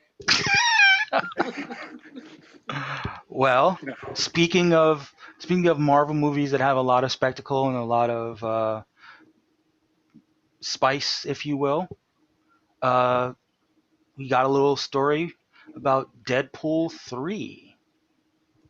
Were you fans of Deadpool movies, right, Kia? Duh. Well, He was on the winning team. Deadpool is one of my favorite Marvel movies of all time. I Oh my could god, watch Adam, you're so cool right now. I could watch Deadpool 100 times. Deadpool is the movie that if I'm flicking through the channels and I come across it on TV, I just get stuck on it and I watch the whole thing. so they're in early development for Deadpool 3. They already have writers on board, the Wendy Molyneux and Lizzie Molyneux, who you might know from Bob's Burgers. They're one of the executive producers on Bob's Burgers and writers there. So they're gonna have the humor on point for that. Now, there's been some question. I I don't, I think it's still in the realm of speculation as to whether the movie's going to be R-rated or not. Do It you better do any? be. So you have a preference, Kia? You would prefer it be R-rated? Of course. I want it the most inappropriate that it could possibly be. So you want more pegging, is what I'm hearing. Yes, is exactly what Not an. everybody here wants. I feel you. What what about you, Martina and Carlos? He's referring to the pegging, you know that, right? I would want it to keep it as rated R as well. I mean, they could potentially do something with PG-13 if they have a little fun with it, but I think like the first two have already set it up as rated R, rated R. That'd be to me a little just from a consistency kind of standpoint. It'd be weird to have this one outlier, and that would be the last of the trilogy. Well, If that's there the is a thing. last trilogy. That's the thing. Is it going to be a trilogy? It's That's a, why. it's That's why it's I the was first movie. It's the first movie in the Marvel Cinematic Universe. It could be almost like a soft reboot. It's fine to make it I think it has to be rated R, but now because they have the benefit of having him, they can put him in PG-13 roles appearing in the other movies where he Mhm. can be PG-13ish, Yeah. but his own movie is rated R. Yeah. I could see that. I guess I look at it as they're by being R-rated, they are limiting their box office upside. And obviously, there's another question about whether there even will be movie theaters to release them into, which kind of raises the idea that I had the other day, probably well yesterday, as it were, was that why not have two cuts of the movie? Why not have a PG cut of the movie and an R-rated cut of the movie? Boo. Yeah, well, didn't they do that for the last one? They sort of did. They did the whole, Once Upon a Deadpool thing that they released into theaters 6 months later.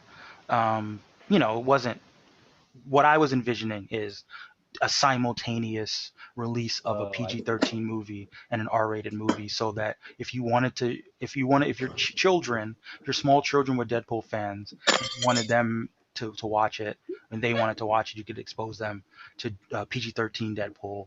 And if you You want to expose your children? That's a little weird. Is there any historical data on that? Has that ever been done No, before? it would be unprecedented, but we're living in unprecedented times. You know, That R. Kelly. look ahead to the next story in terms of things that haven't necessarily been done before. So I mean, I think that especially if Disney moves towards a sort of hybrid release of movies in the theater and movies on demand as part of their premiere access, that having a movie that comes out in theaters at PG-13, but you could buy on Disney or whatever platform they use at the R-rated level, you know that could be another revenue stream for them. I You think you know, should only watch Deadpool when you're all grown up. I mean, the It takes money away from spends. Deadpool if he has to be PG rated. And remember these Raiders that are out there. Like I don't know if you've ever seen that documentary on the Raiders. Like Mhm. they're lame as shit. They are. They are lame lame. as shit. No offense, but white. No, I feel don't you. do it. Don't do it. But remember, none of the Deadpool movies were allowed to be released in China, which is one of their biggest markets. Yeah, well, you know I'm what? sure. China's missing out. And they probably weren't going to release him anyway because he's a rebel. He's like rules, more like guidelines. I feel you. I feel you. China is not about that life. I think if you're dealing with an MCU multiverse now, I think you can have your rated R Deadpool movies. And as long as you keep the budget low enough that it doesn't have to make $2 billion, Disney still comes out ahead. And then you release a PG-13 cut on Disney Plus because nothing above PG-13 appears on Disney Plus. So you do it And the other way. You'd that's what I release it would. in theaters at R, and release it on Disney Plus at PG-13. I'd probably release it in theaters and like Amazon Prime, whatever, Hulu, R. And then Disney Plus, your family, Yeah, platform, PG-13. And then you can have Deadpool appear in Spider-Man movies sure. and Yeah. make all the money, F the kids. I guess I F was the thinking kids. that because like I guess I was thinking that because you have this that passionate fan base of people who love it at our level, that they would be the ones more inclined to watch it twice. Kind of almost like your Snyder cut model, where you had people who went and saw Justice League and then didn't like it, and now they're willing to pay money to see a brand new version of a movie that they didn't like. They saw Justice League. They saw Justice League, didn't like it, still bought it, and then destroyed their copy when they found out the Snyder Cut was coming out. Right. A You sucker know, born every minute, I tell you. right. So I mean, knowing that there's that kind of fan base, you figure that there would be people who would go see it at the PG-13 level and then pay extra to see it at the R level more than vice versa. I don't know. My kids watched Trolls World Tour 42 times in a weekend, so I think if Yeah. Deadpool is on Disney Plus, it might always Yeah. be on. So Yeah, you're How right. many You're right. kids do you have, Carlos? I've got two. I've got Okay. On two. purpose? You don't have to answer that. You don't have to answer that, Carlos. Don't. Both were planned, my friends. That's what he says now. But either way, I do think that Deadpool would be a great opportunity for them to experiment with two cuts of the movie. Other characters can probably. I mean, I had a discussion that didn't really go very long about the fact that Marvel's making Blade and whether Blade will be an R-rated movie because of the blood. Um, but I think that Deadpool more is a more proven commodity. I think that we've already seen Deadpool make $750 million at an R-rated level, so it's more understandable that we could see another movie at an R rating. Whereas Blade, the last time there was a Blade movie, the idea of a comic book movie making $1 billion was unheard of. Right. Any movie making $1 billion was unheard of. Yeah. So given that, I'm sure Mahershala Ali wants to make a good movie and make a lot of money and establish himself as the new Blade, I think that there's a way to do a PG-13 Blade and have it not, somehow disrespect the character. I Does mean, I anybody would say. think that it's?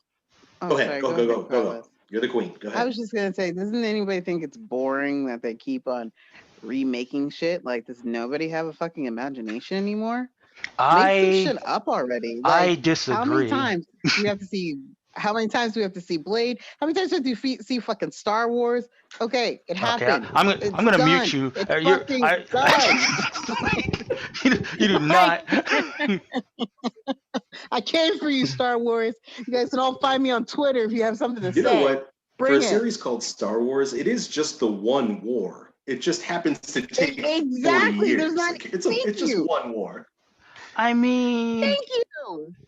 it's I kind of mean, like yes. the war and then the remix of the war.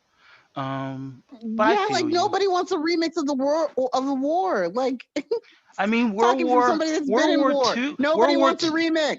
I mean, okay, wasn't like it's slightly different, but the same. I get you. My biggest gripe with this. Well, I have a lot of gripes. My biggest gripe with the Star Wars thing is that this is a franchise that's gone on for 40 years, and Yeah, it's then time to let it go. there are people who have different things that they love about it, and you can't really make everybody happy. Yeah, but you can by stopping it and just saying these are it. That's No, it. because that's That's the all we opposite got of what here. people want. People who love it just want it to go on forever. They just Well, want. that's really weird. And those people, yeah, like, come on, tell them to stop. I think Just tell them to stop. Like, let it go. I think I see Let it be the classic that it is, or whatever you guys want to call it, and let it be that classic. Like, I don't need it every 10 years. Like, you know what I mean? No, you're gonna Like, get it every 2 years, Kia. which is pretty much what's happening right now. That's right. my problem is not that it continues, it's just the glut, the amount, because it's no longer just a story or a movie. It's like this big organic living thing. It's a whole way of life.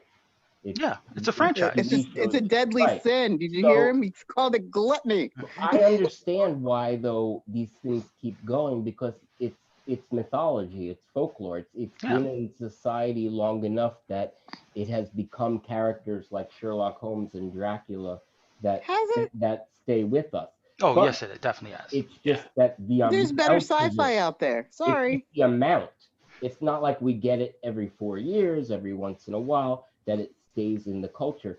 It's like a whole way of life. It's a whole Yeah. thing, and it just I do not see little Trekkies running around. I'm just saying. and it just blocks out new creative ideas from entering into the cultural mythology. See, Well, that part my- I don't believe that. I think that there's room. I think there's always room for new mythology. But I think that But people there's are two scared to sides. make There's new two sides of it. mythology because There's the cultural side slash fandom side, and there's the economic side. If there's money to be made, it's going to continue to be made. If it's not that much different from Marvel. That's what they people say with want. sex trafficking, but it's not. It still doesn't mean it should go on. Okay. You just compared Star Wars to sex trafficking. I mean, Let's that's all pretty much take what a they're moment. doing in Let's Star all Wars. take a moment. Let's all take a moment and think about what just happened here. Yes, I Like brought up a real topic you, and Star Wars and how. what exactly do you mean? Never mind. Let me just say Are you that sure you want to know that? everybody was very upset that Baby Yoda ate those eggs, were but they were but they really though? but can we just say for a moment that the Ewoks eat people? Like we know they've eaten people. They were about to eat people. They were about to eat the people we love. But they didn't show it, Adam. They didn't show it. Okay, the Ewoks are people eaters. I know. I know.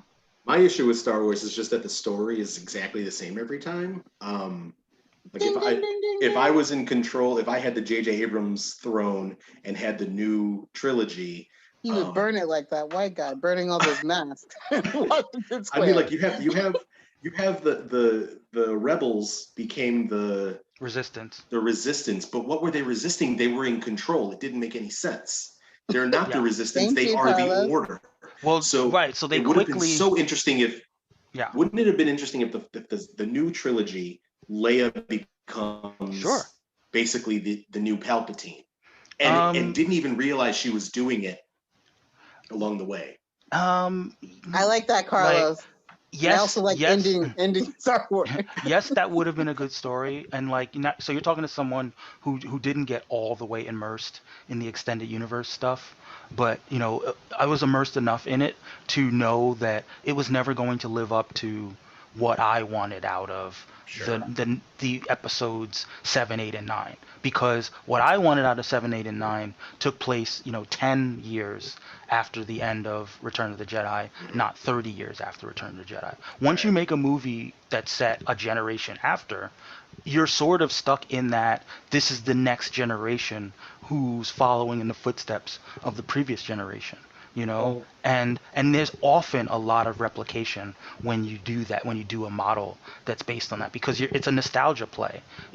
It's the people who were kids now having kids and taking their kids to experience what they experienced. So I understand why a storyteller might say, "Oh, well, let's remix what we gave them and they loved before because we know it works. We'll just do it in a more blown out way." Right. But what I had hoped they would do, then my big argument for where I think they screwed up is that they should have never said they were doing a trilogy. They Mhm. knew that they wanted to do a franchise. They knew that they wanted to have Star Wars go on in perpetuity. So they should have just said, "We're just going to continue to make Star Wars movies, and this is Yeah, going, and and we're then going to kick I would off have went to jail. we're going to for kick bringing off up the Star Wars studio. and expand it into all these different directions." So if you wanted to just get this one Skywalker based story, this is one branch of the tree. If you wanted to see what happens with Finn and his adventures, this is another branch of the tree. And like, because we knew that that's what they wanted to do. We knew that they wanted to turn Star Wars into Marvel. They should have just been open about the fact that was their plan all along. And we're seeing it now with the Mandalorian. We're seeing something that feels more comfortable in its skin, feels more comfortable living in this universe and in this world, and opening up all these story opportunities that can get picked up elsewhere. Personally, I think that was the plan, but they couldn't turn down the whatever $10 million of putting out, however many Star Wars movies, and then doing a Star Wars theme park and selling all the Star Wars toys. And they knew that by saying this is the end of the saga. That I think they just made a little bit of a mistake in their plans for the future. I mean, Yes. not a mistake in that it'll pay off for them financially; they'll be fine. In that they have now announced that they're sort of starting fresh with this new Star Wars universe that happens in the past, right? Are you talking about the High Republic? Yeah, the books, the High Republic, the books, the Yeah. comic books, whatever TV shows they do. Is- And so I think that that's a mistake. I think that what that's kind of doing is like Lion, the Witch, and the Wardrobing it and creating this fantasy land of stories that they can tell in the past. Whereas if you look at Star Trek Discovery and what they just successfully achieved in the most recent episode, I'm not going to spoil anything, Oh, good, good, good. is that they have now solidified it as a new Star Trek universe thrust into the future with all the appearance of a future universe. Because if you look at the Star Wars movies and even like Star Trek The Next Generation, we're already living in that world. We already have that technology now. I have my cell phone. I can make energy weapons if I want to. So, what they should have done instead is thrust the Star Wars universe into the future, not into the past. Yeah, And but then therefore, brand new remember, stories with brand new characters. we don't know when the Star Wars movies take place because it's a long time ago in Yeah, a galaxy well, far. yeah, I mean, in relation, in I'm the so sorry I context brought of, up Star Wars. I mean, in the context of their universe, these stories take place in the Just past walking into traffic. and are Yeah. kind of fantasy What I'm stories doing right now. Oh, that yeah. occur in the past. Oh, Whereas so in that respect, I agree with you then. they could have Um, thrust the Star Wars universe into the Take me, future, baby and dear. they could have told anything they wanted with no confines and new characters and new legacies. But now they're sort of playing in this fantasy land of the past, and I don't know if that was the best decision in the long run. yeah. I mean Bite me, that you part, rabid the High raccoon. Republic stuff, remains to be seen. I was more talking about just kind of when Disney took control of the property, that you know they had grand plans, and I think they thought that they could just release Star Wars and people would love it, and some people do, but there were always going to be attached to what came before, and there were always going to be these factions about in terms of what they wanted out of new Star Wars, and I don't think they were prepared for that kind of split in the fandom, and they were not used to non-unanimous. Weirdly enough, because Star Wars has always been somewhat polarizing, they weren't. Disney didn't expect. Penis. That's the safe. Kia used the safe word, so we have to move on. Well, they also failed to lean into their lean-ins in I that said they penis. they tried to show us things with the casting like Boyega, right? And and then they tried to say, oh, look what we're doing here. And then they got criticism from, those idiots on the right. They're just casting this for whatever. But then we kind of proved them right because then they took Boyega's character and did nothing with it. So it's almost like, yeah, you proved them right. You did just cast him for show and then didn't do anything with it. So I think there's some legitimate criticisms there. Show me your penis. I feel like I feel like there's a lot that I could say, but Kia's already said the safe word, so we should move on. Yep. But I don't have any more stories. We could talk about the racial draft because that's ostensibly what we're here for.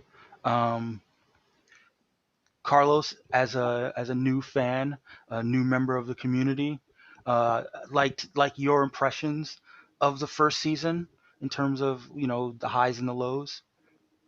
Uh, I just full disclosure, I binged the entire first season in the last 2 weeks. So Shut up! Oh my yeah, god!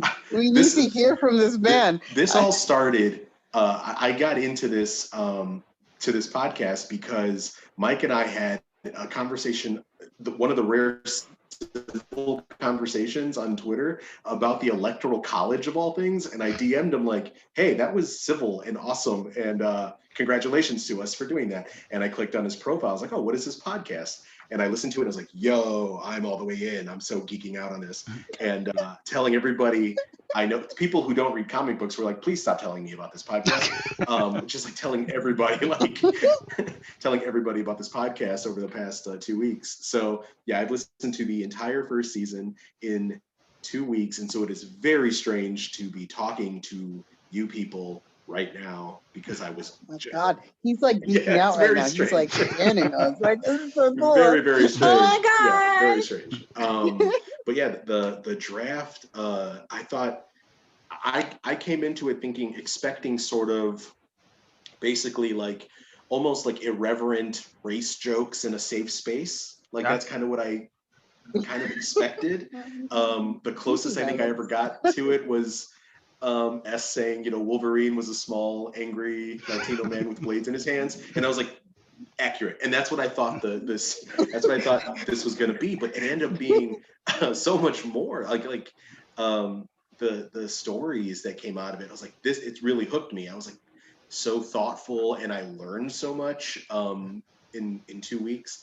And so it got me thinking, like, now I'm reimagining all the characters, you know, in my own image, basically. And so Okay, I'm looking forward to yeah, hearing what you want to bring to the table in season Did 2. you Don't did you spoil see our anything now I will not because spoil a you know. thing, but I will tell you, I have nothing for Dazzler. I'm sorry, there's did you nothing. see our Puerto Rican Starfire?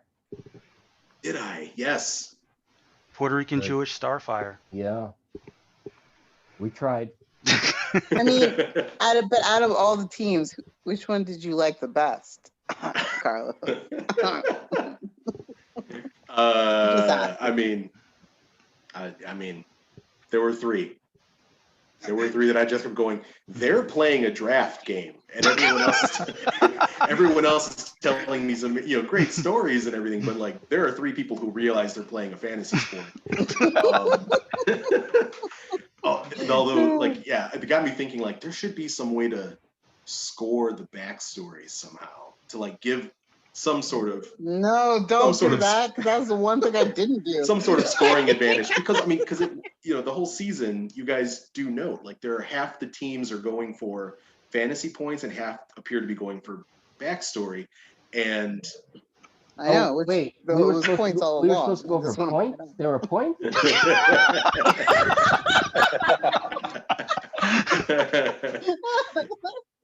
I mean, if we also there should have been some sort of scoring system for just how like nefarious the white delegation got. Yeah, Someone was like, "Damn, Blade, damn." I know. He came. He you know he lulled us into sleep Came with, hard. with the Flash for the first pick. We were like, oh, okay, he's keeping it light, and he's like, gotcha. The And fact shout that it out comes to right after Dazzler is amazing. And shout out to Eli for like immediately drawing White Blade. Have you seen the White Blade picture? I don't know that I've seen it. I've seen some of the artwork. I don't know that I've seen White Blade yet. I've been looking. Okay, yeah, I'll pass that along to you. Yeah, so you know, every now and then Eli gets Did you like the? inspiration on one of the characters, and he serves us up. Um, you know, he did a whole one for Kia's team, for the multiracial team, and that came out really well. Oh, the team photo. The team Yeah. picture. I did see that. Yeah. And I sent you one That was when me I in the heard middle. Black Joker. I was like, okay, '90s Chris Tucker would play Black Joker, And you know what? I It's like crazy that immediately just like that never crossed my mind until you drew it up, and I was like, you know what? I could definitely see it. And people were saying like from like the Fifth Element Joker, like that, you know, that Yeah. era Chris Tucker. yeah. But yeah, you know, as far as I'm trying to ask in the most diplomatic way, are there any characters that were drafted I was that you might have wanted to see go a different direction? or just not be picked at all. Are there characters who I would have wanted to see go a different direction? Crow. Crow. Say it. I mean, were there a couple I was like, why are they here? Yes, there were a couple. Why are they here? I'll name those couples. Were they all on one team? No, they're not all on one team. No. They are not all on one team. I forget which round. Is it round 11 where people just start drafting anime characters? Goku. Yeah. At that point, I was like, what are we doing? That's when I realized I should have, you know, limited things to the big two. And Now, in season 2, it's definitely limited to big 2. is it all characters are back on the table, or is Oh it, yeah, yeah. It's Okay. all we've reshuffled the deck. Okay. So All characters back at the table. Oh, and that reminds me. Now is as good a time as any to do another drawing for draft order. As you know, the Asian delegation has the number one pick in season two. Yeah, Yeah. yeah, he And totally we know like who it's this gonna is be. ridiculous. I just want to point out that they don't deserve it because they've never been on this podcast. They The should go last. the eighth pick is the black delegation. Uh, The seventh pick is the multiracial delegation. But we will 7th. now decide the sixth pick. Wait, you said the first pick is the Asian. Asian team, but then you went How did backwards. they get the Like first I pick? don't get it. How did they become the big? Yeah, they should be the last team if that was the first pick. No, If we you're did. going backwards. No, I'm doing it for I'm sorry, I didn't hear any of that. Do you know anything about this, Carlos? What did he say? Am I going to be the official secretary? We are- Let me pull up the minutes from episode. Yeah, pull up the minutes. Pull up the minutes. we did They won the lottery. Yeah, they won the lottery for the number one pick, but now we're Oh. deciding the rest of the draft order. Yeah, so then how am I 6 if You're you 7th. picked me 3rd? You're seventh. You're 7th. Yeah. How am I 7th if you picked me Right. 3rd? Now I don't we're see how I don't understand how that works. now we're deciding because there's no drama if you go 1, 2, 3, 4, 5, 6, 7, 8. That's not as fun as counting down from 8 down back to 2. Well, that makes no sense. You should have just done 1 last. Right. I should have done 8 all the way down to 1, but I didn't. Yeah, so like that's what you did. But Why then you did have you just? to, But Yeah, have this means pick you have to number start over. 3. Don't pick number Yeah. 3. Only pick number 2. Because if you pick number 3, we'll know who's number 2. So really, you should skip number 3 and then pick number 2, and then we'll know who's number 3. You know Does that what? make I think we sense? should start over. In other words, there's no drama. In other words, if you get to number 3 and you pick number 3, then we'll know who won number 2. Well, So that's don't why pick I'm leaving. That's why I'm leaving 3 and 2 to the same show, so that Gotcha. yeah, right. There are I just there want are to point out 5 that like there you're are gonna have 5 to do picks this left. anyway. Sorry, yeah, there are 5 picks left, and there are only 2 shows left. I just want to point out that you're gonna have to do all this over because I was not present when you picked the quote unquote multiracial. Are you saying we team. should stop the count?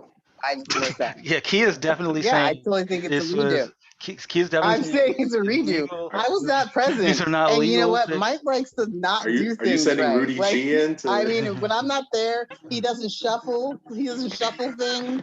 Like he doesn't do shit. Like they probably like because I was not on. He's probably like because Kia's not here. Let's make her 7th. Like I knew that. He did that's exactly what definitely happened. say because Key is not here, she will want to recount. He said it. I mean, it makes sense. I'm sorry. I need evidence. Sorry, Kia. So you're just gonna have to do this all over next week. So it's okay. All right, we are deciding right now the 6th pick. P for Polynesian is going in the cup. L for Latinx going in the cup. N I hope it's Latinx. for Native Because I don't know, American. like, anything. Native American, not black. N for Native American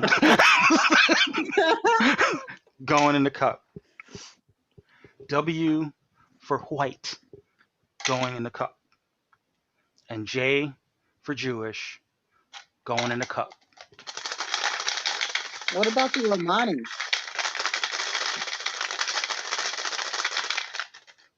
Yeah, I don't trust this. White. The white delegation. There's 6 again. Oh yeah, they were 6 before. One more 6, and we'll have some We real know why. questions. Wow. We just add the White 6 def- in. So there we have it. So Asian delegation number 1, 6. Batman. Well, no, remember It can be blocked. they can be I know. blocked by the poll. Yeah, I'm just literally gonna just put like Stay Batman, and Batman on. stay tuned for the stay tuned for the December 6th show where everyone will come on and try to block Batman. Like, ev- Except me. everyone will try to make their case, make their case why they can put Black Batman in their poll and potentially steal him away. But they were so that was some draft business. Sorry to jump in. I figured made sense to do it now while we were talking about it. Um, yeah, like you guys, the Latinx delegation finished third, right? I always want to think that Yeah, you finished. So the Asian delegation finished second, yeah. Yes. distant second. I know, Kia. Yeah, very distant second. I just want to point that out. But things gonna be different this year. Everyone's got a year of experience. Is it? Hopefully, I mean, is it? I mean, you don't know. Like, I have like a whole couple weeks until like, pretty much majority of the delegation said it's really all about the stories this year.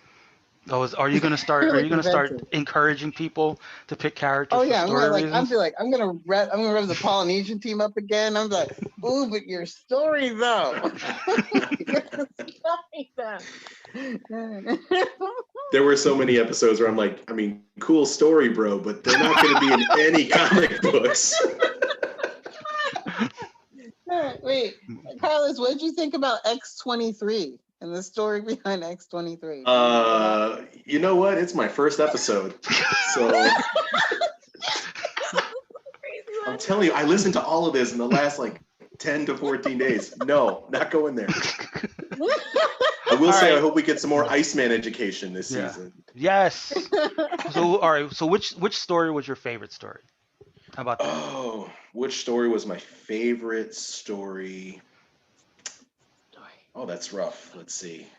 I did really like the Batman story. I thought it really worked. The idea that his parents were killed because of anger that immigrants made it in America. I dug that. Uh, I think that might be the one that pops out immediately, but I wasn't expecting to answer this. Hold on. Oh, sorry. Goku was really good. What about the Crow? You know, there was a theme on that team, and I mean it was cool. Honestly, I don't What know was the how theme? Please tell me about the theme. that was definitely Team Vengeance. Definitely team. I honestly like real talk. I honestly didn't. I fully expected Spawn to go to that team like almost immediately. Well, Just from the Spawn was in the poll. Was in the poll for around, I think round was it round 12 or round 13? yeah, it was Round late for 12. sure. Yeah. Yeah, and Yeah. I was just Spawn. like, That was an oversight. I mean, it's just I was like, you have if Joaquin was going with Vengeance for a theme for almost every character early on, and an ex-military background, it's like Hmm. Spawn. That's Spawn. Like Yeah. the only thing that would have been hard to maybe reconcile is the heavy Judeo-Christian tradition with Spawn. You know, like it is very Oh, much because rooted of in the heaven and devil or hell and whatever. Yeah. angels. Right, Yeah. exactly. So, but I thought that was a perfect fit. And even like when he took the crow, I was like, you mean Spawn, right? Yeah. That would have been an infinitely better pick. You're right. Unfortunately, this year, what I think we'll do is we'll have one of our special episodes, and we may do outside of Big Three, just as a special draft, but Mhm. not score points. So I don't know, Kia. I don't know if you'd be that interested in it. Yeah, I'm already bored. I'm already bored. It's the cool story, bro episode. Yeah, the cool story, bro episode exactly. Why's But it gotta be bro? fair Because point. only bros aren't caring about these points and more interested in the stories they can come up with, right? That is true.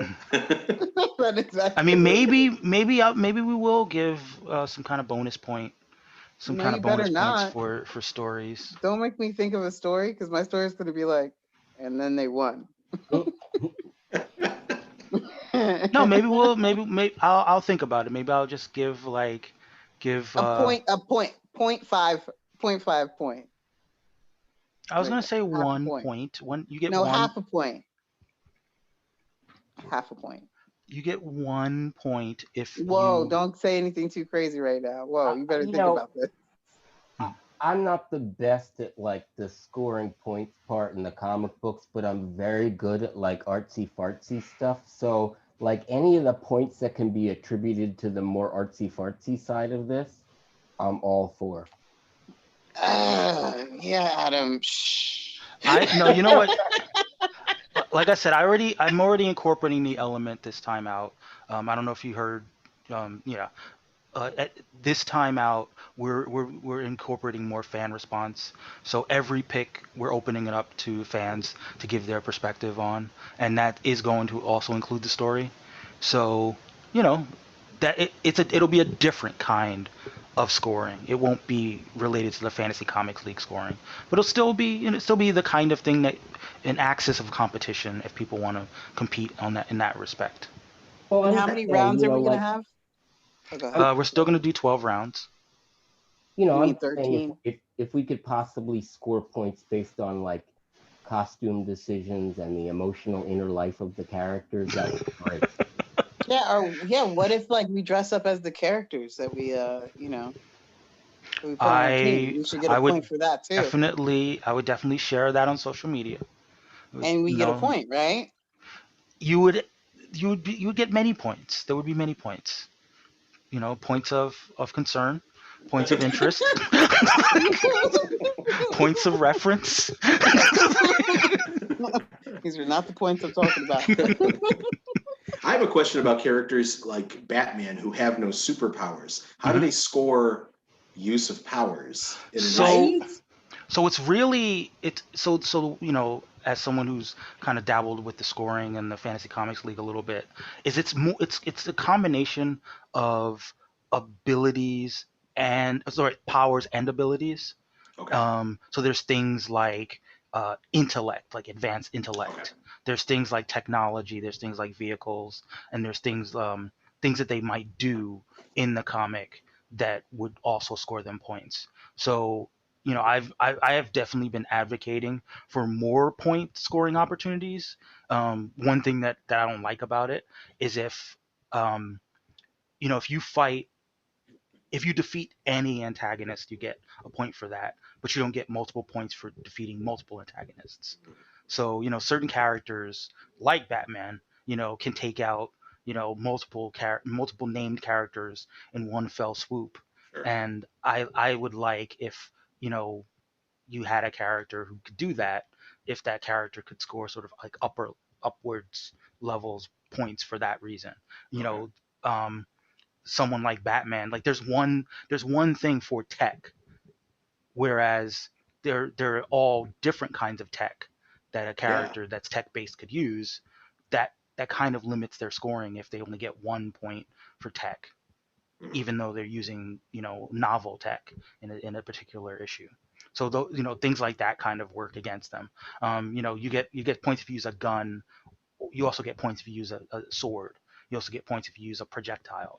So it tries to be wide ranging, and and a character like Batman who is so diverse in the kinds of things that he can do and opportunities to flex his vast collection of toys. Mhm. It I was surprised that over the course of the season Wonder Woman did so well, because like she doesn't appear as much as Batman does, but when she does appear, she's just doing everything. Right. If Colossus fastball specials Wolverine, does that count as throwing a projectile? We talked about that. We really did talk about that, and I advocated strongly for it, but the way that they clarified it is that it has to be a weapon that is designed to be a projectile. But you do get a different kind of scoring for if you turn something that's not supposed to be a weapon into a weapon. So if I picked up um, uh, headphones, if I'm like, what's his name, um, Bullseye, and Mhm. I can pick up, a stapler and throw it at you and kill you with a stapler, I would score for that. Um, Magneto using anything metal all of a sudden as a projectile becomes. Right. Yeah, okay. All right. You know, but yeah, I mean, Magneto's a perfect example of a character that kind of gets underserved because he's always using his magnetic powers in different ways, but he's only getting scoring for using his magnetic powers. See You how I know, was robbed? like if he uses a magnet to stab someone with a sword, he scores for he scores for the magnet, not for the magnetism, not for the sword. I see. You know, and Hmm. that's disappointing because I'd If like he a uses system. Wolverine, he should be getting scored for 6 swords. or 10 of but they're still tweaking their system, and we're going back and forth with them. Like, one of the things that they're trying to do in subsequent seasons of their leagues of their is making the scoring a little bit more personalizable. So maybe in a future season we'll be able to get the kind of high level scoring that I've been advocating strongly for. But yeah, no, I mean that's part of the, like, I go back and forth, like, when I a little bit of like background on what I was thinking of when I came up with the idea is that I knew we needed some kind of way to quantify things, but I wanted people to um, exercise as much creativity as they could, but I also wanted people to take into account that these characters have a profile and these characters mean a lot to the various universes, and they don't mean the same thing. A character like Spider-Man is more valuable than uh, Silver Surfer, for instance. It's not whoever your favorite character might be, that's fine, but Silver Surfer is probably going to appear in fewer books. He's probably not going to do as much, and he's not as well known and identifiable by the masses. And because I couldn't quantify things like that, like I can't quantify, I thought about giving like some kind of bonus points for, like, if you have a TV show, um, or a movie, and who knows, maybe I'll work something out in subsequent years of like a special scoring bonus if you have a TV show, and let people know in advance of the season that could happen. So, like, if you pick Wanda Maximoff and she has like 8 episodes of a TV show, she'll get like an extra point because she has a show. Or Um, Vibe from The Flash. Like, no one's picking Vibe otherwise, but he's one of the main yeah, characters on The Flash. right. I mean, we do have time. Like, we do have time before the season to talk about it. So how do you guys feel about that? Since I have some people who are charged with potentially drafting, how would you feel about getting bonus points for? How would you feel about getting bonus points for showing up in other media? I I like told it. I, I told you I'm all for bonus points that don't have to do with the comic books. If I can get bonus points for designing their home, I'll do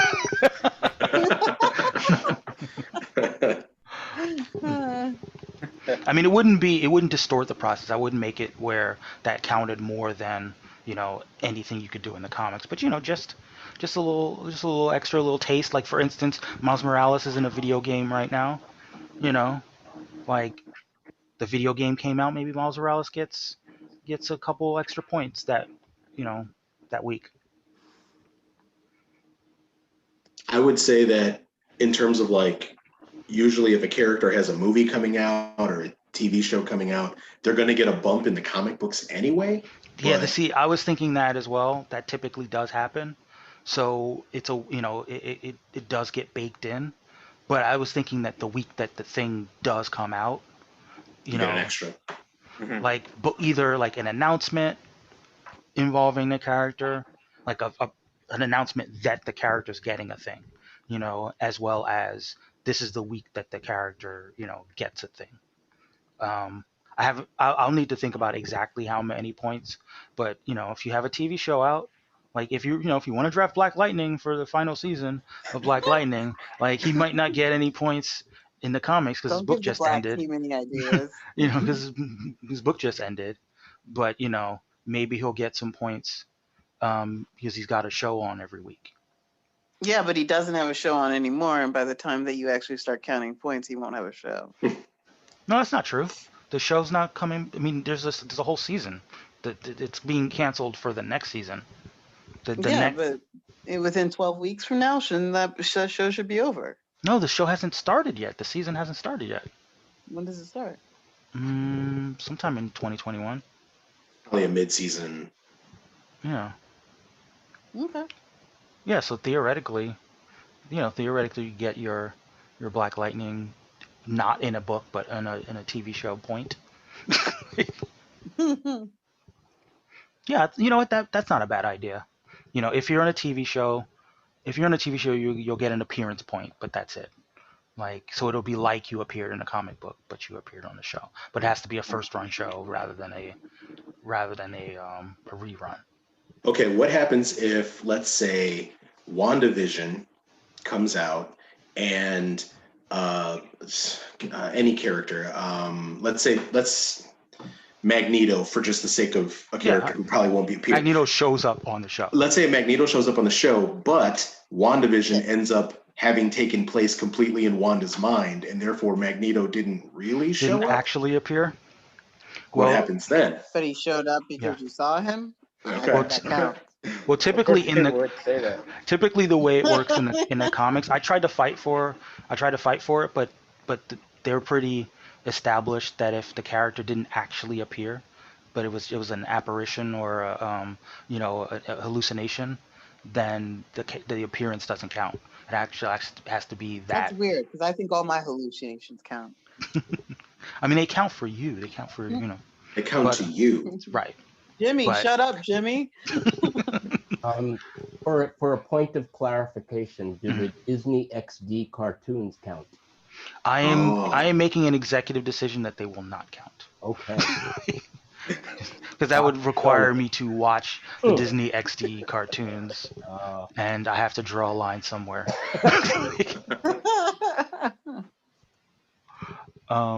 But yeah, I suppose you'll get a point, you'll get a point, 1 point, if a project, live action, movie or television show is announced with you as the lead character. You will get an appearance point for every episode you appear in the show, and every other character will get an appearance point if they appear on the show. For a movie, you'll get 5 points if you appear in a movie. That seems fair. We got to figure out who this Tenoch guy is That's a playing. lot for a movie. Just saying. Yeah, but think about it. The television show has multiple episodes, right? So the television show could get you up to 20 points because you're in Well, 20 but- episodes of The Flash.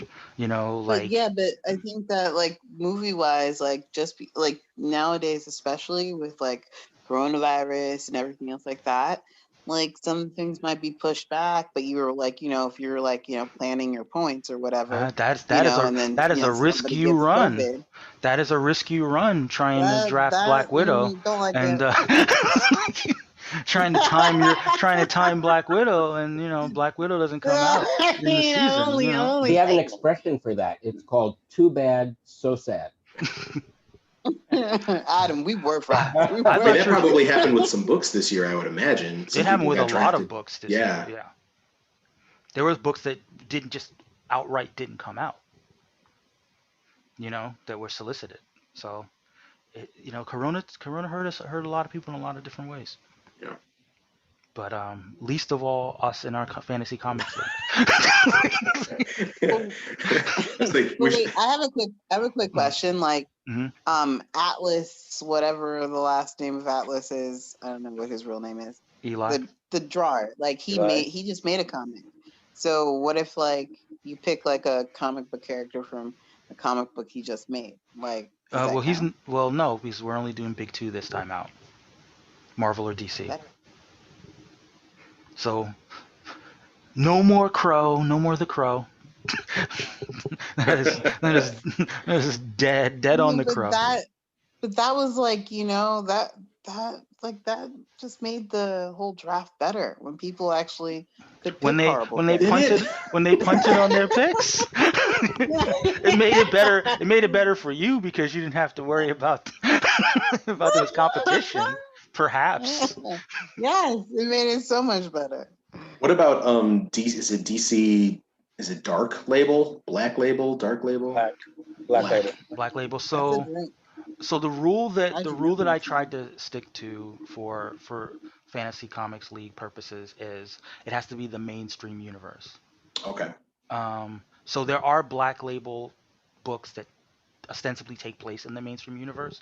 Like I think the Adam Strange book is a Black Label book. Mhm. Um, with Mr. Terrific. So those were scoring. Okay. Whereas the Harleen book or like the White Knight, Right. whatever it's called, like those clearly take place in its own separate universe, so those wouldn't score. Okay. Fair enough. Yeah, I mean, from a financial perspective, I didn't want to Yeah. have to like get every version of every incarnation of a character and try to score that. It gets a little weird. Yeah. Hmm. Yeah, So because that happened with our John Constantine because he yeah, it was both did. in main universe but also in like the Sandman universe. Right. So we had to pick. So we had to just get main universe John. Yeah, and I don't know. I mean, I haven't been reading the Sandman universe book. Would he have been scoring a bunch in that book? I have no clue. It was like, oh, it's not gonna help us to know. I mean, it I could be mean, a the short beauty. read, but like, I mean, one thing that Carlos, it sounds like you do play fantasy sports. I have. Yeah. Yeah. So I think that the fact that we're switching to like the best ball model this time out, and everyone will know that they have like a little bit more flexibility in terms of their draft picks. Like if they draft a couple picks that don't score, it's not going to hurt them as badly as in season one would have hurt them. Sure. 'Cause at this point, you're only gonna have 9 of your characters score.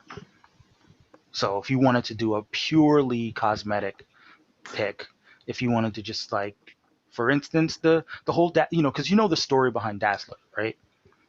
Yes. Yeah. The Dazzler was supposed to be black at one Right. point. And I understand that the black delegation wanted really badly to pick Dazzler for that reason. I just think you didn't need to do it in the second round, dude. Yeah. Like Dazzler would have been there for you in the 12th round. Dazzler would still be there for you. Dazzler would be there for you in the 50th round. Maybe not.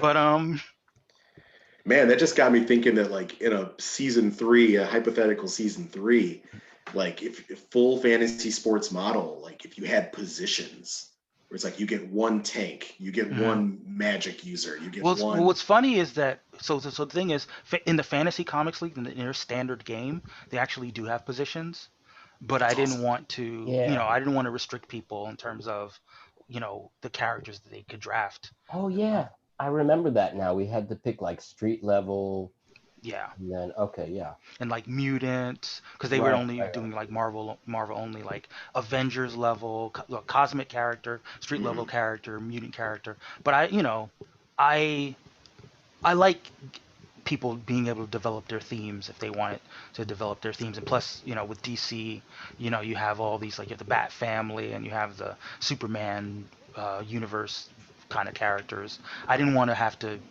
micromanage who people were going to pick. Yeah. But because I know that there are people who are want to tell their great stories and they really want to be creative with it, they're not going to care about the points really anyway. But I still, from week to week for 2 months while we're scoring these, we still have to talk about what the points are going to be like. And this is where I say that we're always trying to expand the community. We're always trying to bring in new voices and give people more opportunities to come up with their suggestions and new characters and new spins on the characters. And we still have 2 weeks. If you're a member of if you're not part of one of the 8 delegations and you want your delegation to be part of the racial draft in season 2, hit me up. I will find a way to get you in. I'll find a way to get a new delegation on the board and we'll work it out. So, any other thoughts about season 2? What you'd like to see? I thank you for mentioning the whole multimedia thing. That's a good one. Don't all speak at once. I don't feel know, like guys. every week we should have the best pick and the worst pick. I'm sure you can. I will rely upon you, Kia, to be. That'll be your segment. You'll have the opportunity to point out who you think is the best pick and who you think is the worst pick. Like I said, I will have access at this point, since every pick will have the fans giving their feedback on. I'll be able to say like what percentage of the fans rated it positively, and what percentage of the fans rated it negatively. So we'll have that data for us. So also campaign, get out there. When you make your pick, if you want people to praise it, gotta promote. Well, I just want to tell Shep, make sure the legacy of the multiracial team stays intact. Oh yeah, because the other thing that Shep has been talking about that we haven't really made a lot of progress on is that Shep runs a role playing game, and he wants to do for season 2. He wants to incorporate the racially drafted characters into a season of the role playing game. Do you just like pick things just to make it easy for me? Like, I don't know. Like, come on. Role playing game? Come on. Like, that's way too easy. Come on. Kia, we save that for OnlyFans at Racial Draft. It's a totally different situation. Support our OnlyFans and Hey, Mike needs support in both places, the Patreon and his OnlyFans. right, exactly. Patreon.racial draft podcast and OnlyFans. I need to acquire that. I'm sure the racial draft is somewhere. Yeah, I'm But sure. it might be racial dick. I mean, look, with the searches, we all see the searches that people do. There's room for a racial draft content. We'll just call it. We'll leave it at that. But any other? I mean, we still got another next week. We'll be able to talk a little bit more about what we were trying to have things take shape in season 2. Hopefully there'll be more news to kick around. And if no one has any final words, Wait. I want to say update just for everybody Mhm. on Twitter. I will start using Twitter once I get a better following. So, follow me. But I have changed my name officially to Kia Lisi _mother with a U and an A. You can find me on Twitter. And I guess you can say your awesome little phrase there, buddy. And by the way, and wait, also, by the way, on my Twitter, because I feel like we talked about pegging, I don't think that I should promote like my aunt's book on autism, but since we did talk about a serious topic, I will on my Twitter feed post some books that you guys can read about autism. Okay. Done by my aunt, but I shouldn't say her name on a podcast that said pegging. is her name Peg? No. No, not at all. Aunt Peggy? No. I feel like pegging isn't even in the top 4 things that I would put. There was human trafficking talk. There was exposing children. She's gonna Google her name tomorrow and be like, "What the?" I find it odd that there's pegging in a book about autism, but I'm looking forward to it. They've done studies. That's funny. know what the studies say, but again, first episode. All right, and on that note, Mm. until next time, all things are possible. One, two,